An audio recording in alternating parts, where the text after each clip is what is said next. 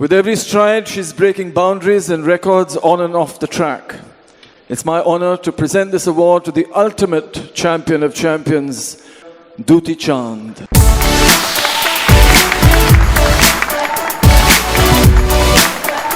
Sports में आज तक मैंने 1500 मेडल भी हासिल किया है। 1500 गोल्ड, सिल्वर और ब्रॉन्ज मिला के हासिल किया। He is only the third Indian to ever qualify for the women 100 meters at the Olympics. और खुद का रिकॉर्ड को मैंने ब्रेक किया है 10 बार।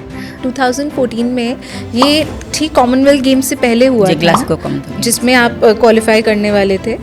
तो उस टाइम पे आपने अकेले ये पूरा केस अपने आप से पूरा एक वर्ल्ड एथलेटिक्स को टेक ऑन करने जैसा है कि एक लड़की जो भुवनेश्वर के एक गांव से है वो फाइनली अभी खेल रही है एंड देन पूरा एक इंटरनेशनल कोर्ट में जाके एक केस लड़ना और फिर उसको जीत जाना, तो ये बहुत ही बड़ी बात है। एक इंडियन स्पोर्ट्स में आई थिंक बहुत बड़ी बात है। जी, मतलब 18 चल रहा था उस टाइम, मैंने 18 ईयर्स को कंप्लीट हुआ नहीं था उस टाइम में।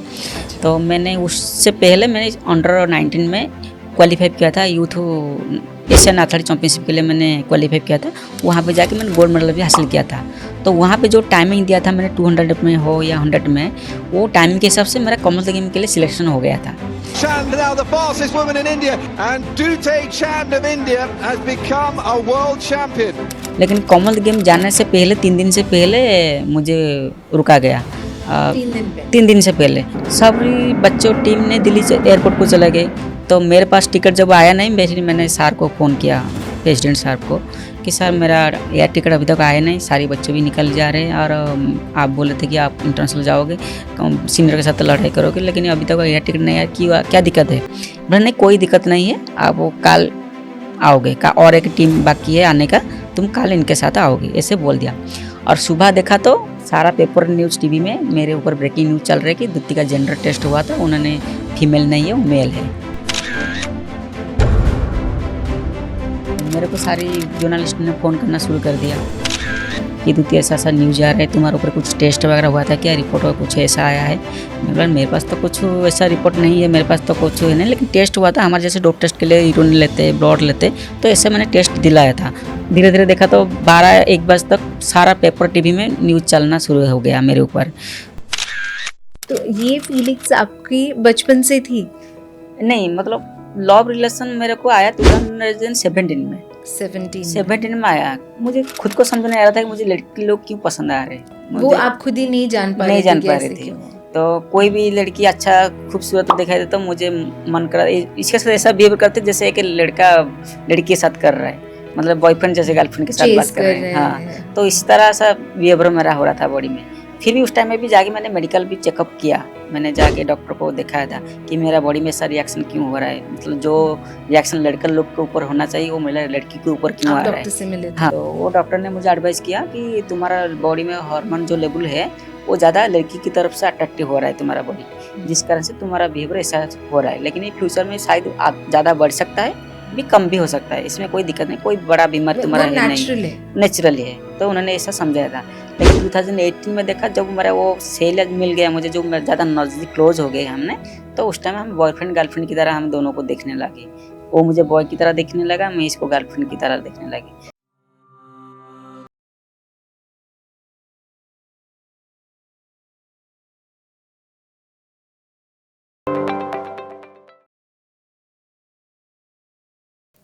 Hello and welcome to TDM Manthan. I'm Vatsala and today we have with us a very special guest. She's been the fastest woman India has ever had, and also she's made India proud several times, not just at the games but also she's the bravest, most courageous Indian sports person, I should say. That's because she was the first one to publicly acknowledge in 2019 her being in a same-sex relationship. She has been an icon for the LGBT community. Let's welcome Duti Chand on our show. Thank you. Hello Duti, कैसे हैं आप? ठीक है। How are you liking Delhi? Nice. हाँ, you back in Delhi after some time? बहुत दिन हो गए ना आप? हाँ, काफ़ी दिन हो गए। हाँ, वैसे दिल्ली आपको पसंद है, अच्छा लगता है? दिल्ली में तो काफ़ी टाइम रुका है ट्रेनिंग के लिए, स्पोर्ट्स के लिए, क्योंकि यहाँ पे जवाहरलाल नेहरू स्टेडियम में हमारा ट्रेनिंग सेंटर भी है। जेएलएन स्टेडियम में? जी। अच्छा, तो एक तो मैं आपसे पहले से ये सबसे पहले ये पूछना चाहती हूँ कि आप उड़ीसा से हैं और वहाँ पे कितने रिमोट विलेज से, गोपालपुर से हैं, जी। तो वहाँ पे जब आप लोग छोटे थे तो वो विलेज एक तो एकदम कट ऑफ है वहाँ पे, और सिर्फ वीवर्स, वो जो साड़ी बनाने का कम्युनिटी है वो है, तो वहाँ पे ये दौड़ने का ये इंस्पिरेशन आपको, जहाँ पे इतने कोई एग्जाम्पल, आई थिंक आप पहला एग्जाम्पल है वहाँ पे जी। जो एक स्पोर्ट्स पर्सन बने हैं, तो वो आपको कैसे मिला? बेसिकली हमारे गांव में 5000 से एबव लोग रहते हैं हमारे पंचायत में, और इसी गांव में सारे लोग का काम है कपड़ा बनाने का काम है। तो कपड़ा बनाने के लिए 10-15 दिन लगता है कि साड़ी बनाने के लिए, और जो मजदूरी रहता है तो 5 रुपया पर मंथ देते हैं। एक साड़ी बनाने के लिए आपको 5 रुपया मजदूरी मिलेगा। तो अच्छा। उसी में फैमिली चलाना बहुत दिक्कत होता है। और बेसिकली वहाँ का रूल ऐसा है, कोई भी लड़की हो लड़का हो 14 प्लस हो गया है तो इसको मैरिज करा देते, शादी करा देते हैं। अभी भी ऐसा है? अभी भी थोड़ा चेंजेस हुआ है, लेकिन पहले से ऐसे करते थे। अच्छा। लड़की लोग को पढ़ाई करने के लिए स्कूल भी नहीं भेजते थे, लड़का लोग को बाहर काम करने के लिए भी नहीं भेजते थे, शादीशुदा करा देते और बाद में वही साड़ी बनाने के लिए काम जो भी वगैरह होता है उसमें निपटा देते थे।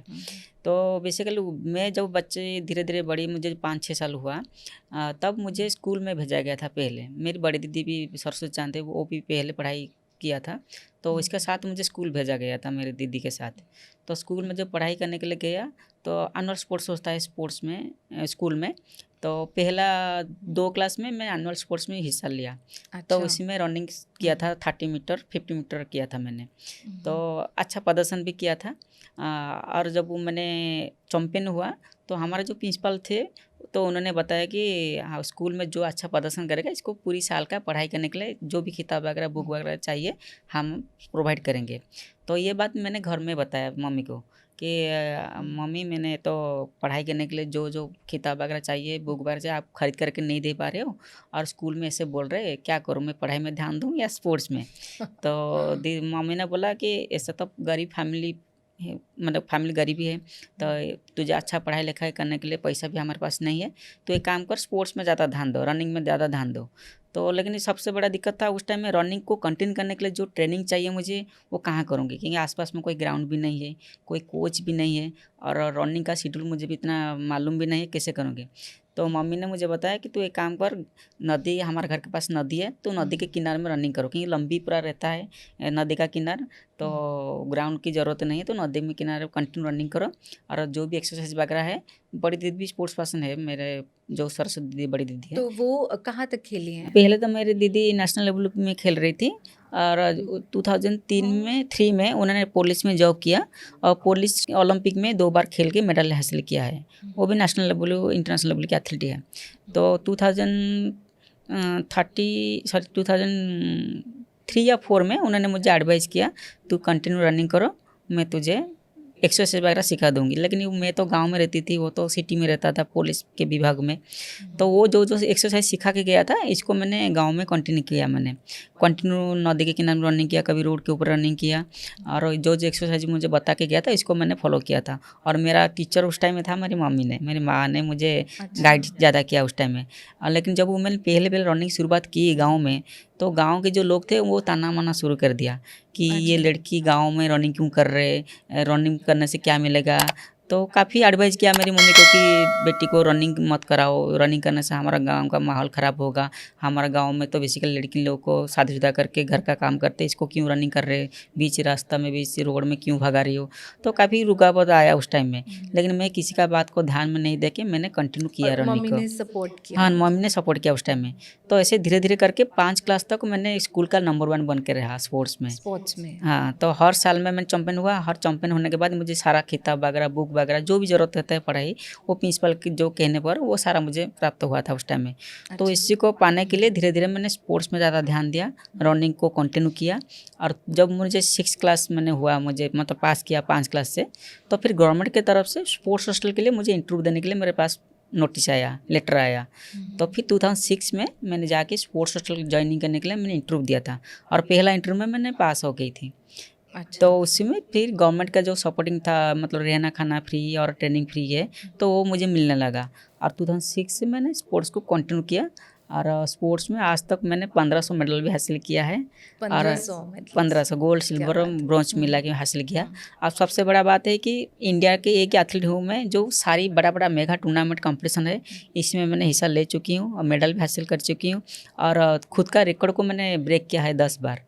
नेशनल का 10 जो बार। रिकॉर्ड, हाँ नेशनल का जो रिकॉर्ड अभी चल रहा है 11.17 वो मेरा रिकॉर्ड है। पहला पीटूषा मैम की रिकॉर्ड था 11.43 और उसको ब्रेक किया था रचिता मिस्त्री ने 11.35 और मैंने 11.31 2016 में पहला रिकॉर्ड ब्रेक किया था नेशनल लेवल में, सीनियर लेवल में। इससे पहले जूनियर लेवल में भी काफ़ी ब्रेक किया था रिकॉर्ड को। तो वो इसके बाद फिर धीरे धीरे ऐसे रिकॉर्ड कर करके 11.17 को लाया था 2021 में जो हुआ था पटियाला में। तो 2 बार ओलंपिक खेल चुकी हूँ, एशियन गेम भी 2 बार खेल चुकी एशियन हूँ, गेम्स का तो कॉमनवेल्थ सभी गेम जानते हैं। और वर्ल्ड यूनिवर्सिटी गेम में पहला भारतीय महिला से गोल्ड मेडल भी हासिल किया है। और अवार्ड के देखेंगे तो अर्जुन पुरस्कार भी मुझे मिल चुका है और काफ़ी अवार्ड भी ले चुका है मैंने प्राइवेट कॉर्पोरेट सेक्टर के तरफ से भी। तो अभी भी कंटिन्यू कर रहा हूँ स्पोर्ट्स को। तो आप हॉस्टल में जो गए वो कहाँ पे था, सिटी में, भुवनेश्वर हाँ में? भुवनेश्वर में। अच्छा। भुवनेश्वर में हमारे गवर्नमेंट की तरफ से एक स्पोर्ट्स हॉस्टल है, जैसे स्पोर्ट्स अथॉरिटी ऑफ इंडिया का रहता है साई, तो ऐसे उड़ीसा में एक स्पोर्ट्स हॉस्टल था। तो वहाँ पे मैंने इंटरव्यू गया था फर्स्ट टाइम और फर्स्ट टाइम में सिलेक्शन हो गई थी। तो आप आपके स्कूल से पहले बच्चे थे जिसने ऐसा कुछ किया? पहली अलग लड़की, पहली हाँ लड़की। स्कूल के पहली थे और हमारा पंचायत का भी एक ही थे और डिस्ट्रिक्ट का भी एक ही थे। ओह। जब क्योंकि वो साल में 10 बच्चों को रहते थे, मतलब हॉस्टल वालों ने, मतलब स्पोर्ट्स हॉस्टल को, तो काफ़ी बच्चे नहीं आते थे। तो उसमें सिर्फ लड़के होते थे तब तक? लड़की लड़का दोनों का कंपटीशन लेते थे और मतलब 10 बच्चा सीट रहता है, मतलब लड़कों में 10 सीट और लड़की को में 10 सीट, 10-10-20 लोगों को, 20 बच्चों को उन्होंने रखते थे और इनके साथ रहना खाना के साथ ट्रेनिंग फ्री कराते थे। तो पहले मैंने जब ज्वाइन किया 3 महीने के अंदर मैंने नेशनल को क्वालिफाई कर लिया, नेशनल गेम को, जब मुंबई में हुआ था पहली बार स्कूल लेवल में। तो आप कितने छोटे थे? तो उस टाइम में मैंने शायद 12 साल या 13 साल हुई थी मैंने। तो वो अंडर 18 वाला? हाँ अंडर 14 में। अंडर 14 वाला? हाँ तो उस टाइम में पहले नेशनल को क्वालिफाई किया था। और वो फर्स्ट नेशनल लेवल में मेरे साथ मेरे साथ जो 10 बच्चे थे उनके बीच में मैंने अकेले ही क्वालिफाई किया था नेशनल लेवल को। तो पहली बार मैंने मेडल हासिल नहीं कर पाई और नेक्स्ट ईयर को 2007 को फिर मैंने प्रिपरेशन किया खुद को। पहला मेरा ईस्ट जोन हुआ था बिहार पटना में, वहाँ पे मैंने सिल्वर मेडल हासिल किया था और उसी दिन, मतलब इसी मंथ में फिर क्वालिफाई किया था मैंने इंटर जोनल के लिए, आंध्र प्रदेश में हुआ था, इसमें भी सिल्वर मेडल हासिल किया और नेशनल लेवल पे विजयवाड़ा में हुआ था, वहाँ में भी गोल्ड मेडल हासिल किया और एक रिकॉर्ड भी बनाया था। मतलब जो ABC कैटेगरी हमारा होता है ट्रायलथन ग्रुप में, इसमें मेरा स्कोर बहुत ज़्यादा था और मैंने रिकॉर्ड बना के अवार्ड भी लिया था मैंने, चैंपियन। मुझे पहले ये जानना था कि आप वहाँ तक पहुँचे हॉस्टल से, उससे पहले जब आप नदी के साथ, ब्राह्मणी नदी है ना? जी जी ब्राह्मणी नदी। तो उसमें जब दौड़ते थे और जब माँ का सपोर्ट था तो फिर उसमें रनिंग शूज़ वगैरह आप लोग के पास थे या आपको कैसे, मतलब क्या? नहीं रनिंग का जो रिक्वायरमेंट, जो कपड़ा वगैरह शू वगैरह कुछ नहीं था मेरे पास तो में। फिर क्या पहन के भागते थे? फ्रॉक पहन के भागते थे, जो स्कूल में मिलता था पहले सर्व शिक्षा अभियान के माध्यम से जो ड्रेस मिल रहा था, तो उसको पहन के मैंने नदी के किनारे में नंगे पाँव में भागना शुरू किया था। नंगे पाँव? हाँ क्योंकि शू नहीं था, चप्पल भी नहीं थे, चप्पल पहन के भी से तो भाग नहीं पाओगे बालों में, तो इसलिए मैंने नंगे पाँव में कभी रोड के ऊपर, जब NH16 है हमारा कोलकाता से चेन्नई संजोग होता है नेशनल हाईवे, तो उसमें मैंने भी रनिंग किया है, बालू में भी रनिंग किया है, कभी कभी गांव में भी रनिंग किया है मिट्टी में। तो नंगे पाँव में करता था, कोई कपड़ा वगैरह कुछ नहीं था उस जैसे टाइम में। नंगे पाँव भाग रहे हैं तो ऐसे तो पाँव में कितनी बहुत तकलीफ हो रहा था, बहुत जाएगी? छोटा छोटा पाँव स्टोन छिल पाँव जाएंगे। में घुस जा रहा था, छेला भी आ जाता था और सबसे बड़ा दिक्कत होता था ठंडे मौसम में, क्योंकि बालों में पूरा आइस की तरह हो जाता था बालू, जो ठंडा हो जाता हाँ है। फॉग गिरने के बाद, तो ठंडे बालों में नंगे पाँव में भागना बहुत दिक्कत हो रहा था उस टाइम में। फिर आप कैसे करते थे तो? फिर भी मम्मी ने बोला कि अभी कठिन कर मेहनत करोगे तो फ्यूचर में तुझे बहुत कुछ अचीव करोगे, तो इसको फ्यूचर को अचीव करने के सोच के फिर उसी ठंडा में रनिंग किया था। काफ़ी ठंड में रनिंग किया तो जी। ऐसा नहीं हो कभी आप बीमार पड़ गए हो? पाँव से तो सबसे पहले बोलते हैं हाँ ठंड बीमार तक तो चढ़ती होता है, लेकिन मम्मी मेरा रात को सरसों का जो तेल होता है उसको रात को मेरे बॉडी में मालिश करा देते थे, काफ़ी दर्द वगैरह होता था बॉडी। मम्मी ने बोला कि अभी तू दर्द से होगी तो फ्यूचर में तुझे सुकून मिलेगा। तो मम्मी का इतना पहले से विजन था ना आपको जी, लेकर, जी, हाँ। ये भरोसा उनको आपके ऊपर पहले से था, स्टार्टिंग से। हाँ, क्योंकि इसलिए था कि स्कूल लेवल में जो 5 साल तक मैंने जो अच्छा प्रदर्शन किया और परिवार का सिचुएशन तो बहुत गरीबी था, तो मम्मी एक ही उम्मीद रखा था कि ये स्पोर्ट्स में जाएगा तो फ्यूचर में हमारा परिवार का सिचुएशन बदलेगा, क्योंकि पढ़ाई लिखाई करके जॉब करना इतना आसान नहीं था। स्पोर्ट्स एकमात्र रास्ता था, क्योंकि आप अच्छा स्पोर्ट्स करेंगे तो गवर्नमेंट की तरफ से आपको जॉब भी मिलेगा, कैश अवार्ड वगैरह मिलेगा। तो ये परफॉर्मेंस के ऊपर डिपेंड करता है, परफॉर्मेंस अच्छा करेंगे तो ये सारा चीज़ हमको मिल पाएगा। तो इसलिए मम्मी का विजन थोड़ा दूर अच्छा था, और मेरी दीदी भी पहले स्पोर्ट्स पसंद थे, वो उसको भी नॉलेज था कि स्पोर्ट्स में क्या क्या मिलेगा। दीदी फर्स्ट इंस्पिरेशन। हाँ, दीदी ने इम्प्रेशन बना मेरा, और मेरे को ज़्यादा मेरी मम्मी ने गाइड किया। तो फिर धीरे धीरे स्पोर्ट्स को कंटिन्यू किया, और मेरा स्पोर्ट्स बीच में कभी छोड़ा नहीं, इसलिए क्योंकि कभी कोई कंपटीशन में हारा नहीं मैंने।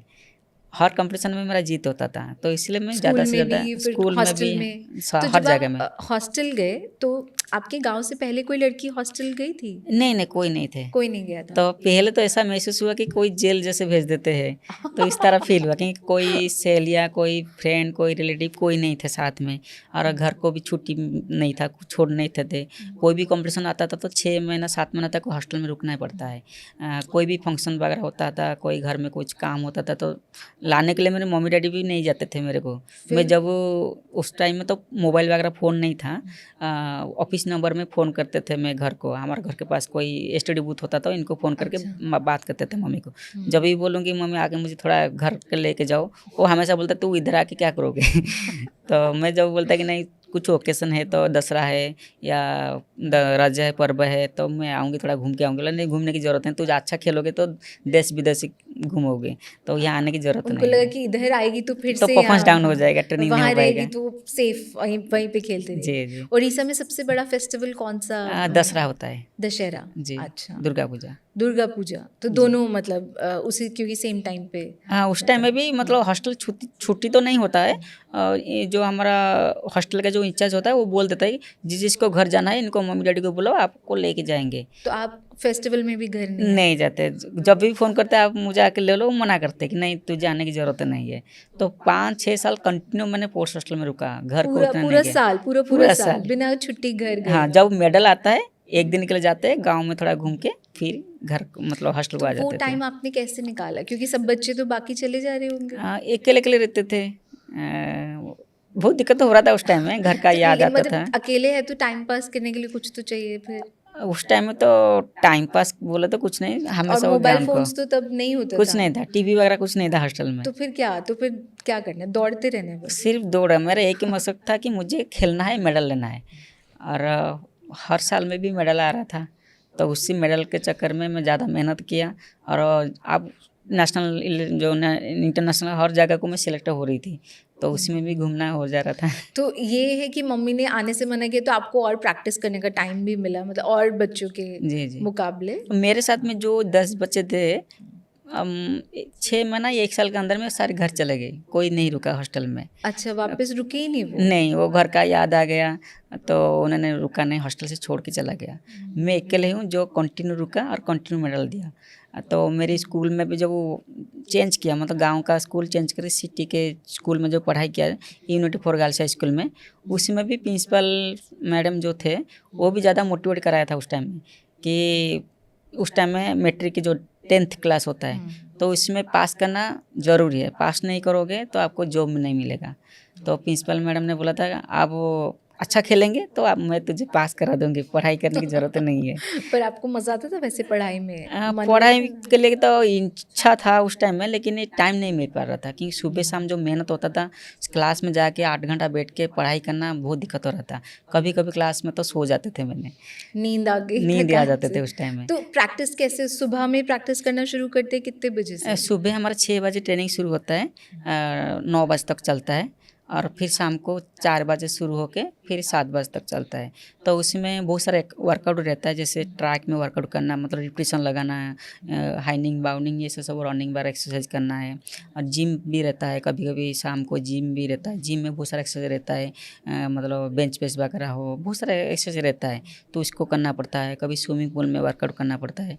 तो ये जो कोच जिस तरह से हमको शेड्यूल देता है, उसी शेड्यूल को हम फॉलो करके ट्रेनिंग करते हैं। तो आप सबसे पहले इंडिया के लिए कब खेले थे?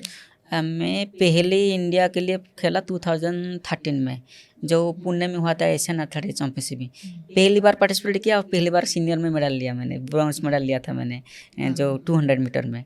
200 मीटर जी। वैसे आपका 100 मीटर्स है जो बेस्ट स्प्रिंटिंग में। उस टाइम में 100 मीटर नहीं कर रही थी मैंने, 400 मीटर और 200 मीटर करते थे। अच्छा। तो उस टाइम में मैंने 200 मीटर में ब्रॉन्ज मेडल हासिल किया था। और आशा रॉय ने, कोलकाता के एक एथलीट है, उन्होंने सिल्वर मेडल हासिल किया था। अच्छा। और उसी दिन, मतलब उसी ईयर में वर्ल्ड चैंपियनशिप के लिए मैंने क्वालिफाई किया था तुर्की में, मतलब जूनियर लेवल में। अंडर 18? हाँ, अंडर 16 में। अंडर 16 में। अच्छा। तो फिर 2014 में फिर ताइपे में हुआ था एशियन एथलेटिक्स चैंपियनशिप जो अंडर 18 में, उसमें हिस्सा लिया था। उसमें गोल्ड मेडल हासिल किया मैंने 200 मीटर में। अच्छा। और 4x रिले में भी सिल्वर मेडल हासिल किया था। तो बेस्ट रेस कौन सा आपको लगता है, 100 मीटर्स या 200 मीटर्स? पहले तो मैं एक मैराथन रनर थी मैंने। अच्छा। मैं मैक्सिमम 20 km कवर किया है।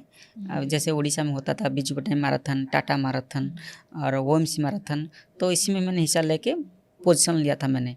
जब मैंने कंटिन्यू किया स्पोर्ट्स में, मेरी जो कोच थे चित्तरंजन महापात्र सर ने, तो उन्होंने मुझे गाइड किया कि दूती तेरा हाइट बहुत कम ही है, छोटा है, तो इतना लॉन्ग नहीं भाग पाओगे, तो धीरे धीरे तो मिडिल रनिंग को आ जाओ। मिडिल रनिंग बोले तो 800-400 को बोलते थे उन्होंने।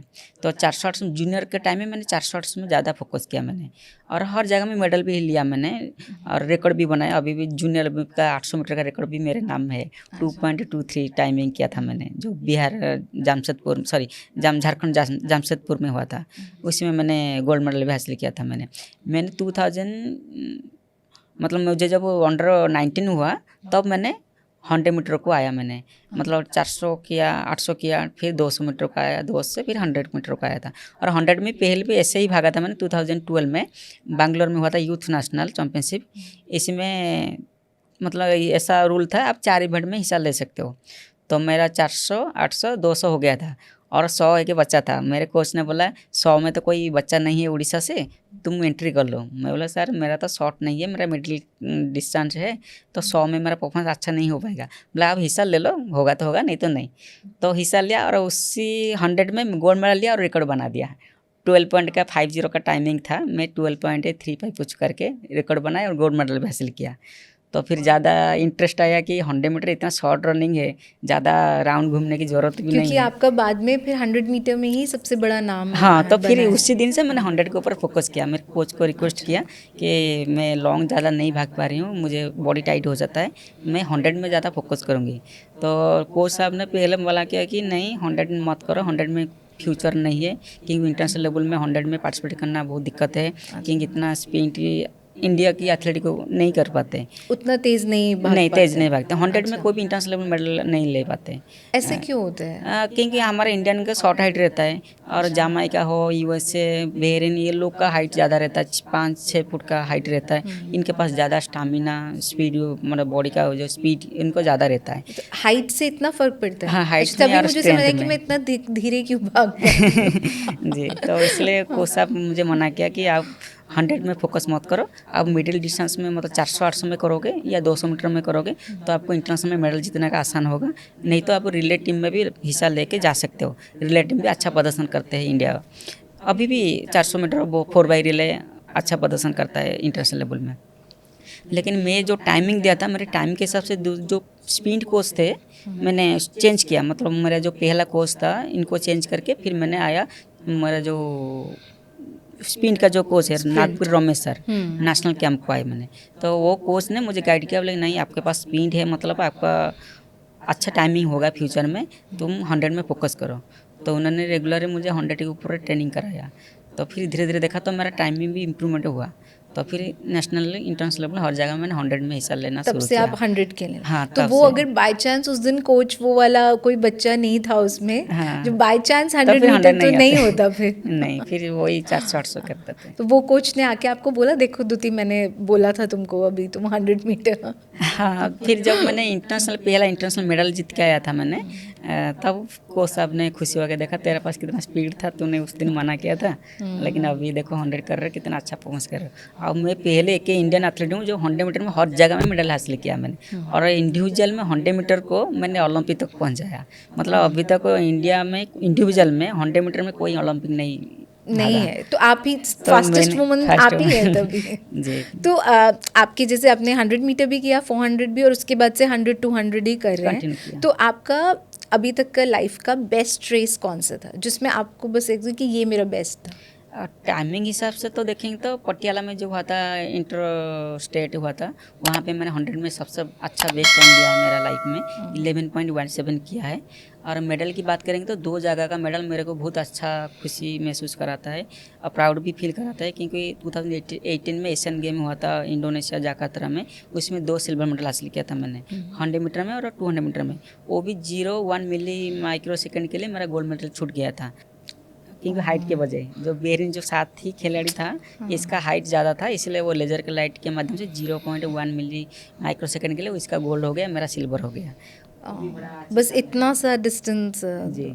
और 2019 में हिस्सा लिया था जो इटली में नाम्पोली में हुआ था वर्ल्ड यूनिवर्सिटी गेम, पहली भारतीय महिला के हिसाब से गोल्ड मेडल हासिल किया था वर्ल्ड लेवल में। वो दोनों मेरे लिए बहुत बड़ा अचीव था मेडल के हिसाब से। तो इसके बाद फिर वर्ल्ड चैंपियनशिप भी, ओलंपिक, ये कॉमनवेल्थ गेम, काफ़ी हिस्सा लिया मैंने, खेल के मेडल भी कुछ कुछ जगह में हासिल। तो जैसे इन सब रेसेस में ऐसे हुआ था कभी कि आप पहले एकदम पीछे हैं और फिर बाद में एकदम जब फिनिशिंग लाइन आने लगा तब आगे आ गए, या वो आप हमेशा एट पेस रहते हैं? कैसा होता है, मतलब ऐसे मूवीज़ में दिखाते हैं ना कि पहले पीछे ही भाग रहे हैं हीरो, उसके बाद वो फिनिशिंग लाइन क्रॉस क्या कर ना, मेरा स्टार्टिंग बहुत अच्छा होता है, वर्ल्ड में नंबर 1 स्टार्ट मेरा होता है। 30-40 तक मैं हमेशा आगे रहती हूँ, 30-40 मीटर्स तक। हाँ, ब्लॉक से 30 मीटर 40 मीटर तक मैं सबसे आगे रहती हूँ। वर्ल्ड लेवल में ओलंपिक में भी 30-40 मीटर तक मैं आगे रहती हूँ, लेकिन 50 से लेके 80 मीटर तक वहाँ से थोड़ा पीछे हो जाती हूँ, क्योंकि मेरा बॉडी इतना नहीं चलता है। क्योंकि मेरा कोच हमेशा कहता है कि तू पूरा ऑल आउट लगाओगे तो एंड तक तू पहुँच नहीं पाओगे, क्योंकि हाइट छोटा है तो फ्रीक्वेंस पावर तो ज़्यादा है, लेकिन ये हाइट छोटा है, जिस कारण से मेरा बॉडी टाइट हो जाएगा जल्दी और तुम ज़्यादा टाइम मतलब भाग नहीं पाओगे। तो इसलिए हमेशा क्या करते हैं ना, मैंने ब्लॉक स्टार्ट से लेके 50 मीटर तक मैंने स्पीड ऑल आउट स्पीड जाते, फिर 50 से लेके 70 तक थोड़ा स्लो हो जाता है, उस टाइम में बच्चा मुझे कवर कर लेते। फिर जो 80 से जो 100 मीटर तक 20 मीटर जो रहता है, वहाँ से मैं पूरा ऑल आउट लगाती हूँ, जिस कारण से जो पीछे से जो भाग के आते हैं पूरा ऑल आउट स्पीड एकदम में, से आगे वो लोग थक जाते हैं, जिस कारण से मैं जीत जाती हूँ। अच्छा, तो ये वाला स्ट्रैटेजी सबके लिए काम नहीं करेगा? सब के लिए काम नहीं करता था, क्योंकि ये स्ट्रैटेजी मुझे ही काम करता है, कि मेरा बॉडी हाइट छोटा है, जो हाइट बड़ा होता है वो क्या है ना, स्टार्टिंग से स्लो जाते हैं, क्योंकि इसका स्टेप ज़्यादा स्पीड नहीं जाते हैं। तो फिर धीरे धीरे इनका जब वो डिस्टेंस कम होता है तो वो ज़्यादा स्पीड बढ़ाते हैं लोग। लेकिन जो हाइट जो लगाते हैं चेस्ट फिनिश में इनको फ़ायदा होता है, लेकिन चेस्ट फिनिश में जो हाइट है हमारा लेजर लाइट जाता है, यहाँ से यहाँ तक मतलब काउंट होता है, लेग को काउंट नहीं करते। मतलब अगर आपने लेग पहले रख दिया नहीं, वो काउंट नहीं करते, सिर्फ हेड और चेस्ट को काउंट करते हैं। तो ऐसे पहले आना है। हाँ, तो जो हाइट जो लोग लेता है इसका लेजर लाइट के ऊपर डिपेंड करता है, लेकिन मेरा सौभाग्य जहीं पे मतलब पहले में पहुंच जाते हैं। तो ये तो बहुत ही, मतलब आपने उसका भी डिसएडवांटेज नहीं, आपने उसको भी एडवांटेज करके किया, तो ये बहुत बढ़िया है।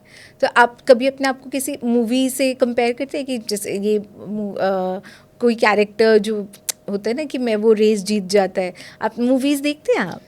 मूवीज़ तो स्पोर्ट्स के ऊपर काफ़ी बना गया है, जैसे भाग मिल्खा सिंह हो, मैरी कॉम, MS धोनी, तो काफ़ी मूवी बना चुका है। बीच में एक रश्मि रॉकेट जो मूवी आया था, तो इसमें सारा रनिंग का स्टाइल मेरा ही कॉपी करा गया है। अच्छा। जो तापसी पन्नू ने जो इतना सारा है उसमें, जितना सारा रनिंग का जो एक्शन किया है सारा मेरा ही कॉपी है। और इनको जो ट्रेनिंग दिला था वो मेलविन कोच है, मेरा ही कोच था। अच्छा। हाँ, जो मुंबई में मैं पहले जॉब कर रही थी सेंट्रल रेलवे में, तो मेलविन सर मेरे कोच थे उस टाइम में। तो मेरा जितना ब्लॉक स्टार्ट हो, मेरा फिनिशिंग पॉइंट है, स्टाइलिश जो भी स्टाइल था उनको सिखाया गया था तापसी पन्नू मैम को। अच्छा, तो उन्होंने मेरा सारा कॉपी करके उन्होंने मूवी में प्रोड्यूस किया है। तो आपसे मिली वो, उसमें कोई बातचीत हुई आप लोगों की? हाँ, काफ़ी बार मिले।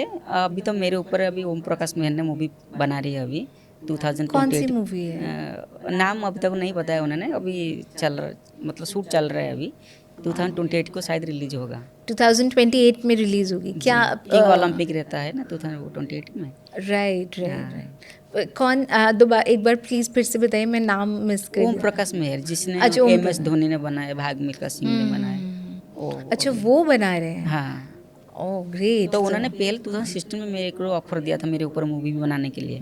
लेकिन मूवी बनाने के लिए जो राइट्स के लिए जो टाइम देना पड़ता है, थोड़ा कहानी बताने के लिए, स्टोरी बताने के लिए, तो उस टाइम में मैं पूरा बिजी थी क्योंकि मेरा हर साल कंपटीशन रहता था। तो उस टाइम में मैंने इनको मना कर दिया था कि अभी तो टाइम नहीं है, जब मैं फ्री रहूँगी आपको मैं स्टोरी दे सकती हूँ। तो अभी 2025 में इनको स्टोरी दिलाया कि आप मेरे ऊपर मूवी कर सकते हो, राइट्स दिल। तो वो अभी मिले आपसे? नहीं, पहले ही मिले थे। मतलब दोबारा से मूवी के लिए फाइनल जब हो हाँ, गया कि फाइनल अब हुआ, मिलना है? 2025 में फाइनल किया। अच्छा, तो उसमें उन्होंने आपसे पूरा हिस्ट्री जर्नी सब तो उन्होंने पहले ही मेरे ऊपर सब बुक लेके रिसर्च कर रखा है। जी, जी। अच्छा, तो कहाँ मिले आप लोग? मैं मुंबई गई थी। मतलब पहले तो हैदराबाद में जब वो मैं ट्रेनिंग करती थी वो आए थे मुझे मिलने के लिए। तो फिर मैंने मुंबई भी एक बार गया था मिलने के लिए, तो वहाँ पे बातचीत हुआ था। अच्छा, तो उसमें अभी डिसाइड किया कि कौन करेगा आपका कैरेक्टर, कौन नहीं, play अभी करेगा? तक तो डिसाइड नहीं हुआ है।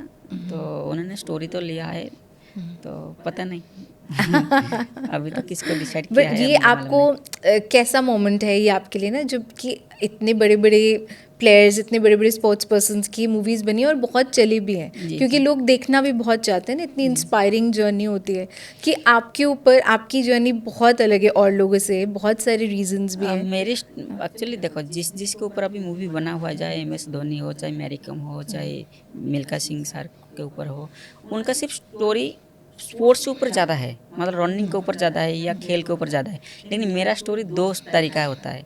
एक तो मैंने स्ट्राइक के ऊपर संघर्ष किया है, और दूसरा है कि गरीब के साथ संघर्ष किया था बचपन में, और तीसरा है जो 2014 में हुआ था हाइपरनिज्म केस, जिस केस में सारी एथलीट को बैन करा जाता है लाइफ टाइम लॉन्ग। लेकिन उसी केस को मैंने चैलेंज के साथ लिया था, और court of arbitration sports Switzerland में पहली भारतीय के हिसाब से मैंने केस अप्लाई किया था, और रूल को मैंने हटाया था। वो भी एक संघर्ष उनका कहानी है जो सबको इंस्पायर करता है, जितने सारे एथलीट रहते हैं। तो इसी तीनों को लेके मूवी बना रहा है, मैंने मेरे ऊपर बनेगा, तो ज़्यादा इंस्पायर करेगा बच्चे लोग को जो स्पोर्ट्स करना चाहते हैं या खेलना चाहते हैं। इनको पता चलेगा कि स्पोर्ट्स में कितना संघर्ष करना पड़ता है। और ऐसे होता है ना कि अब फाइनली, क्योंकि तब आप 2016 में तो बिजी भी थे, बहुत ही एक्टिवली स्पोर्ट्स में थे, अब यू हैव टाइम, अभी फाइनली मूवी बनेगा, तो एक आपका पूरा करियर का जर्नी उसमें आएगा।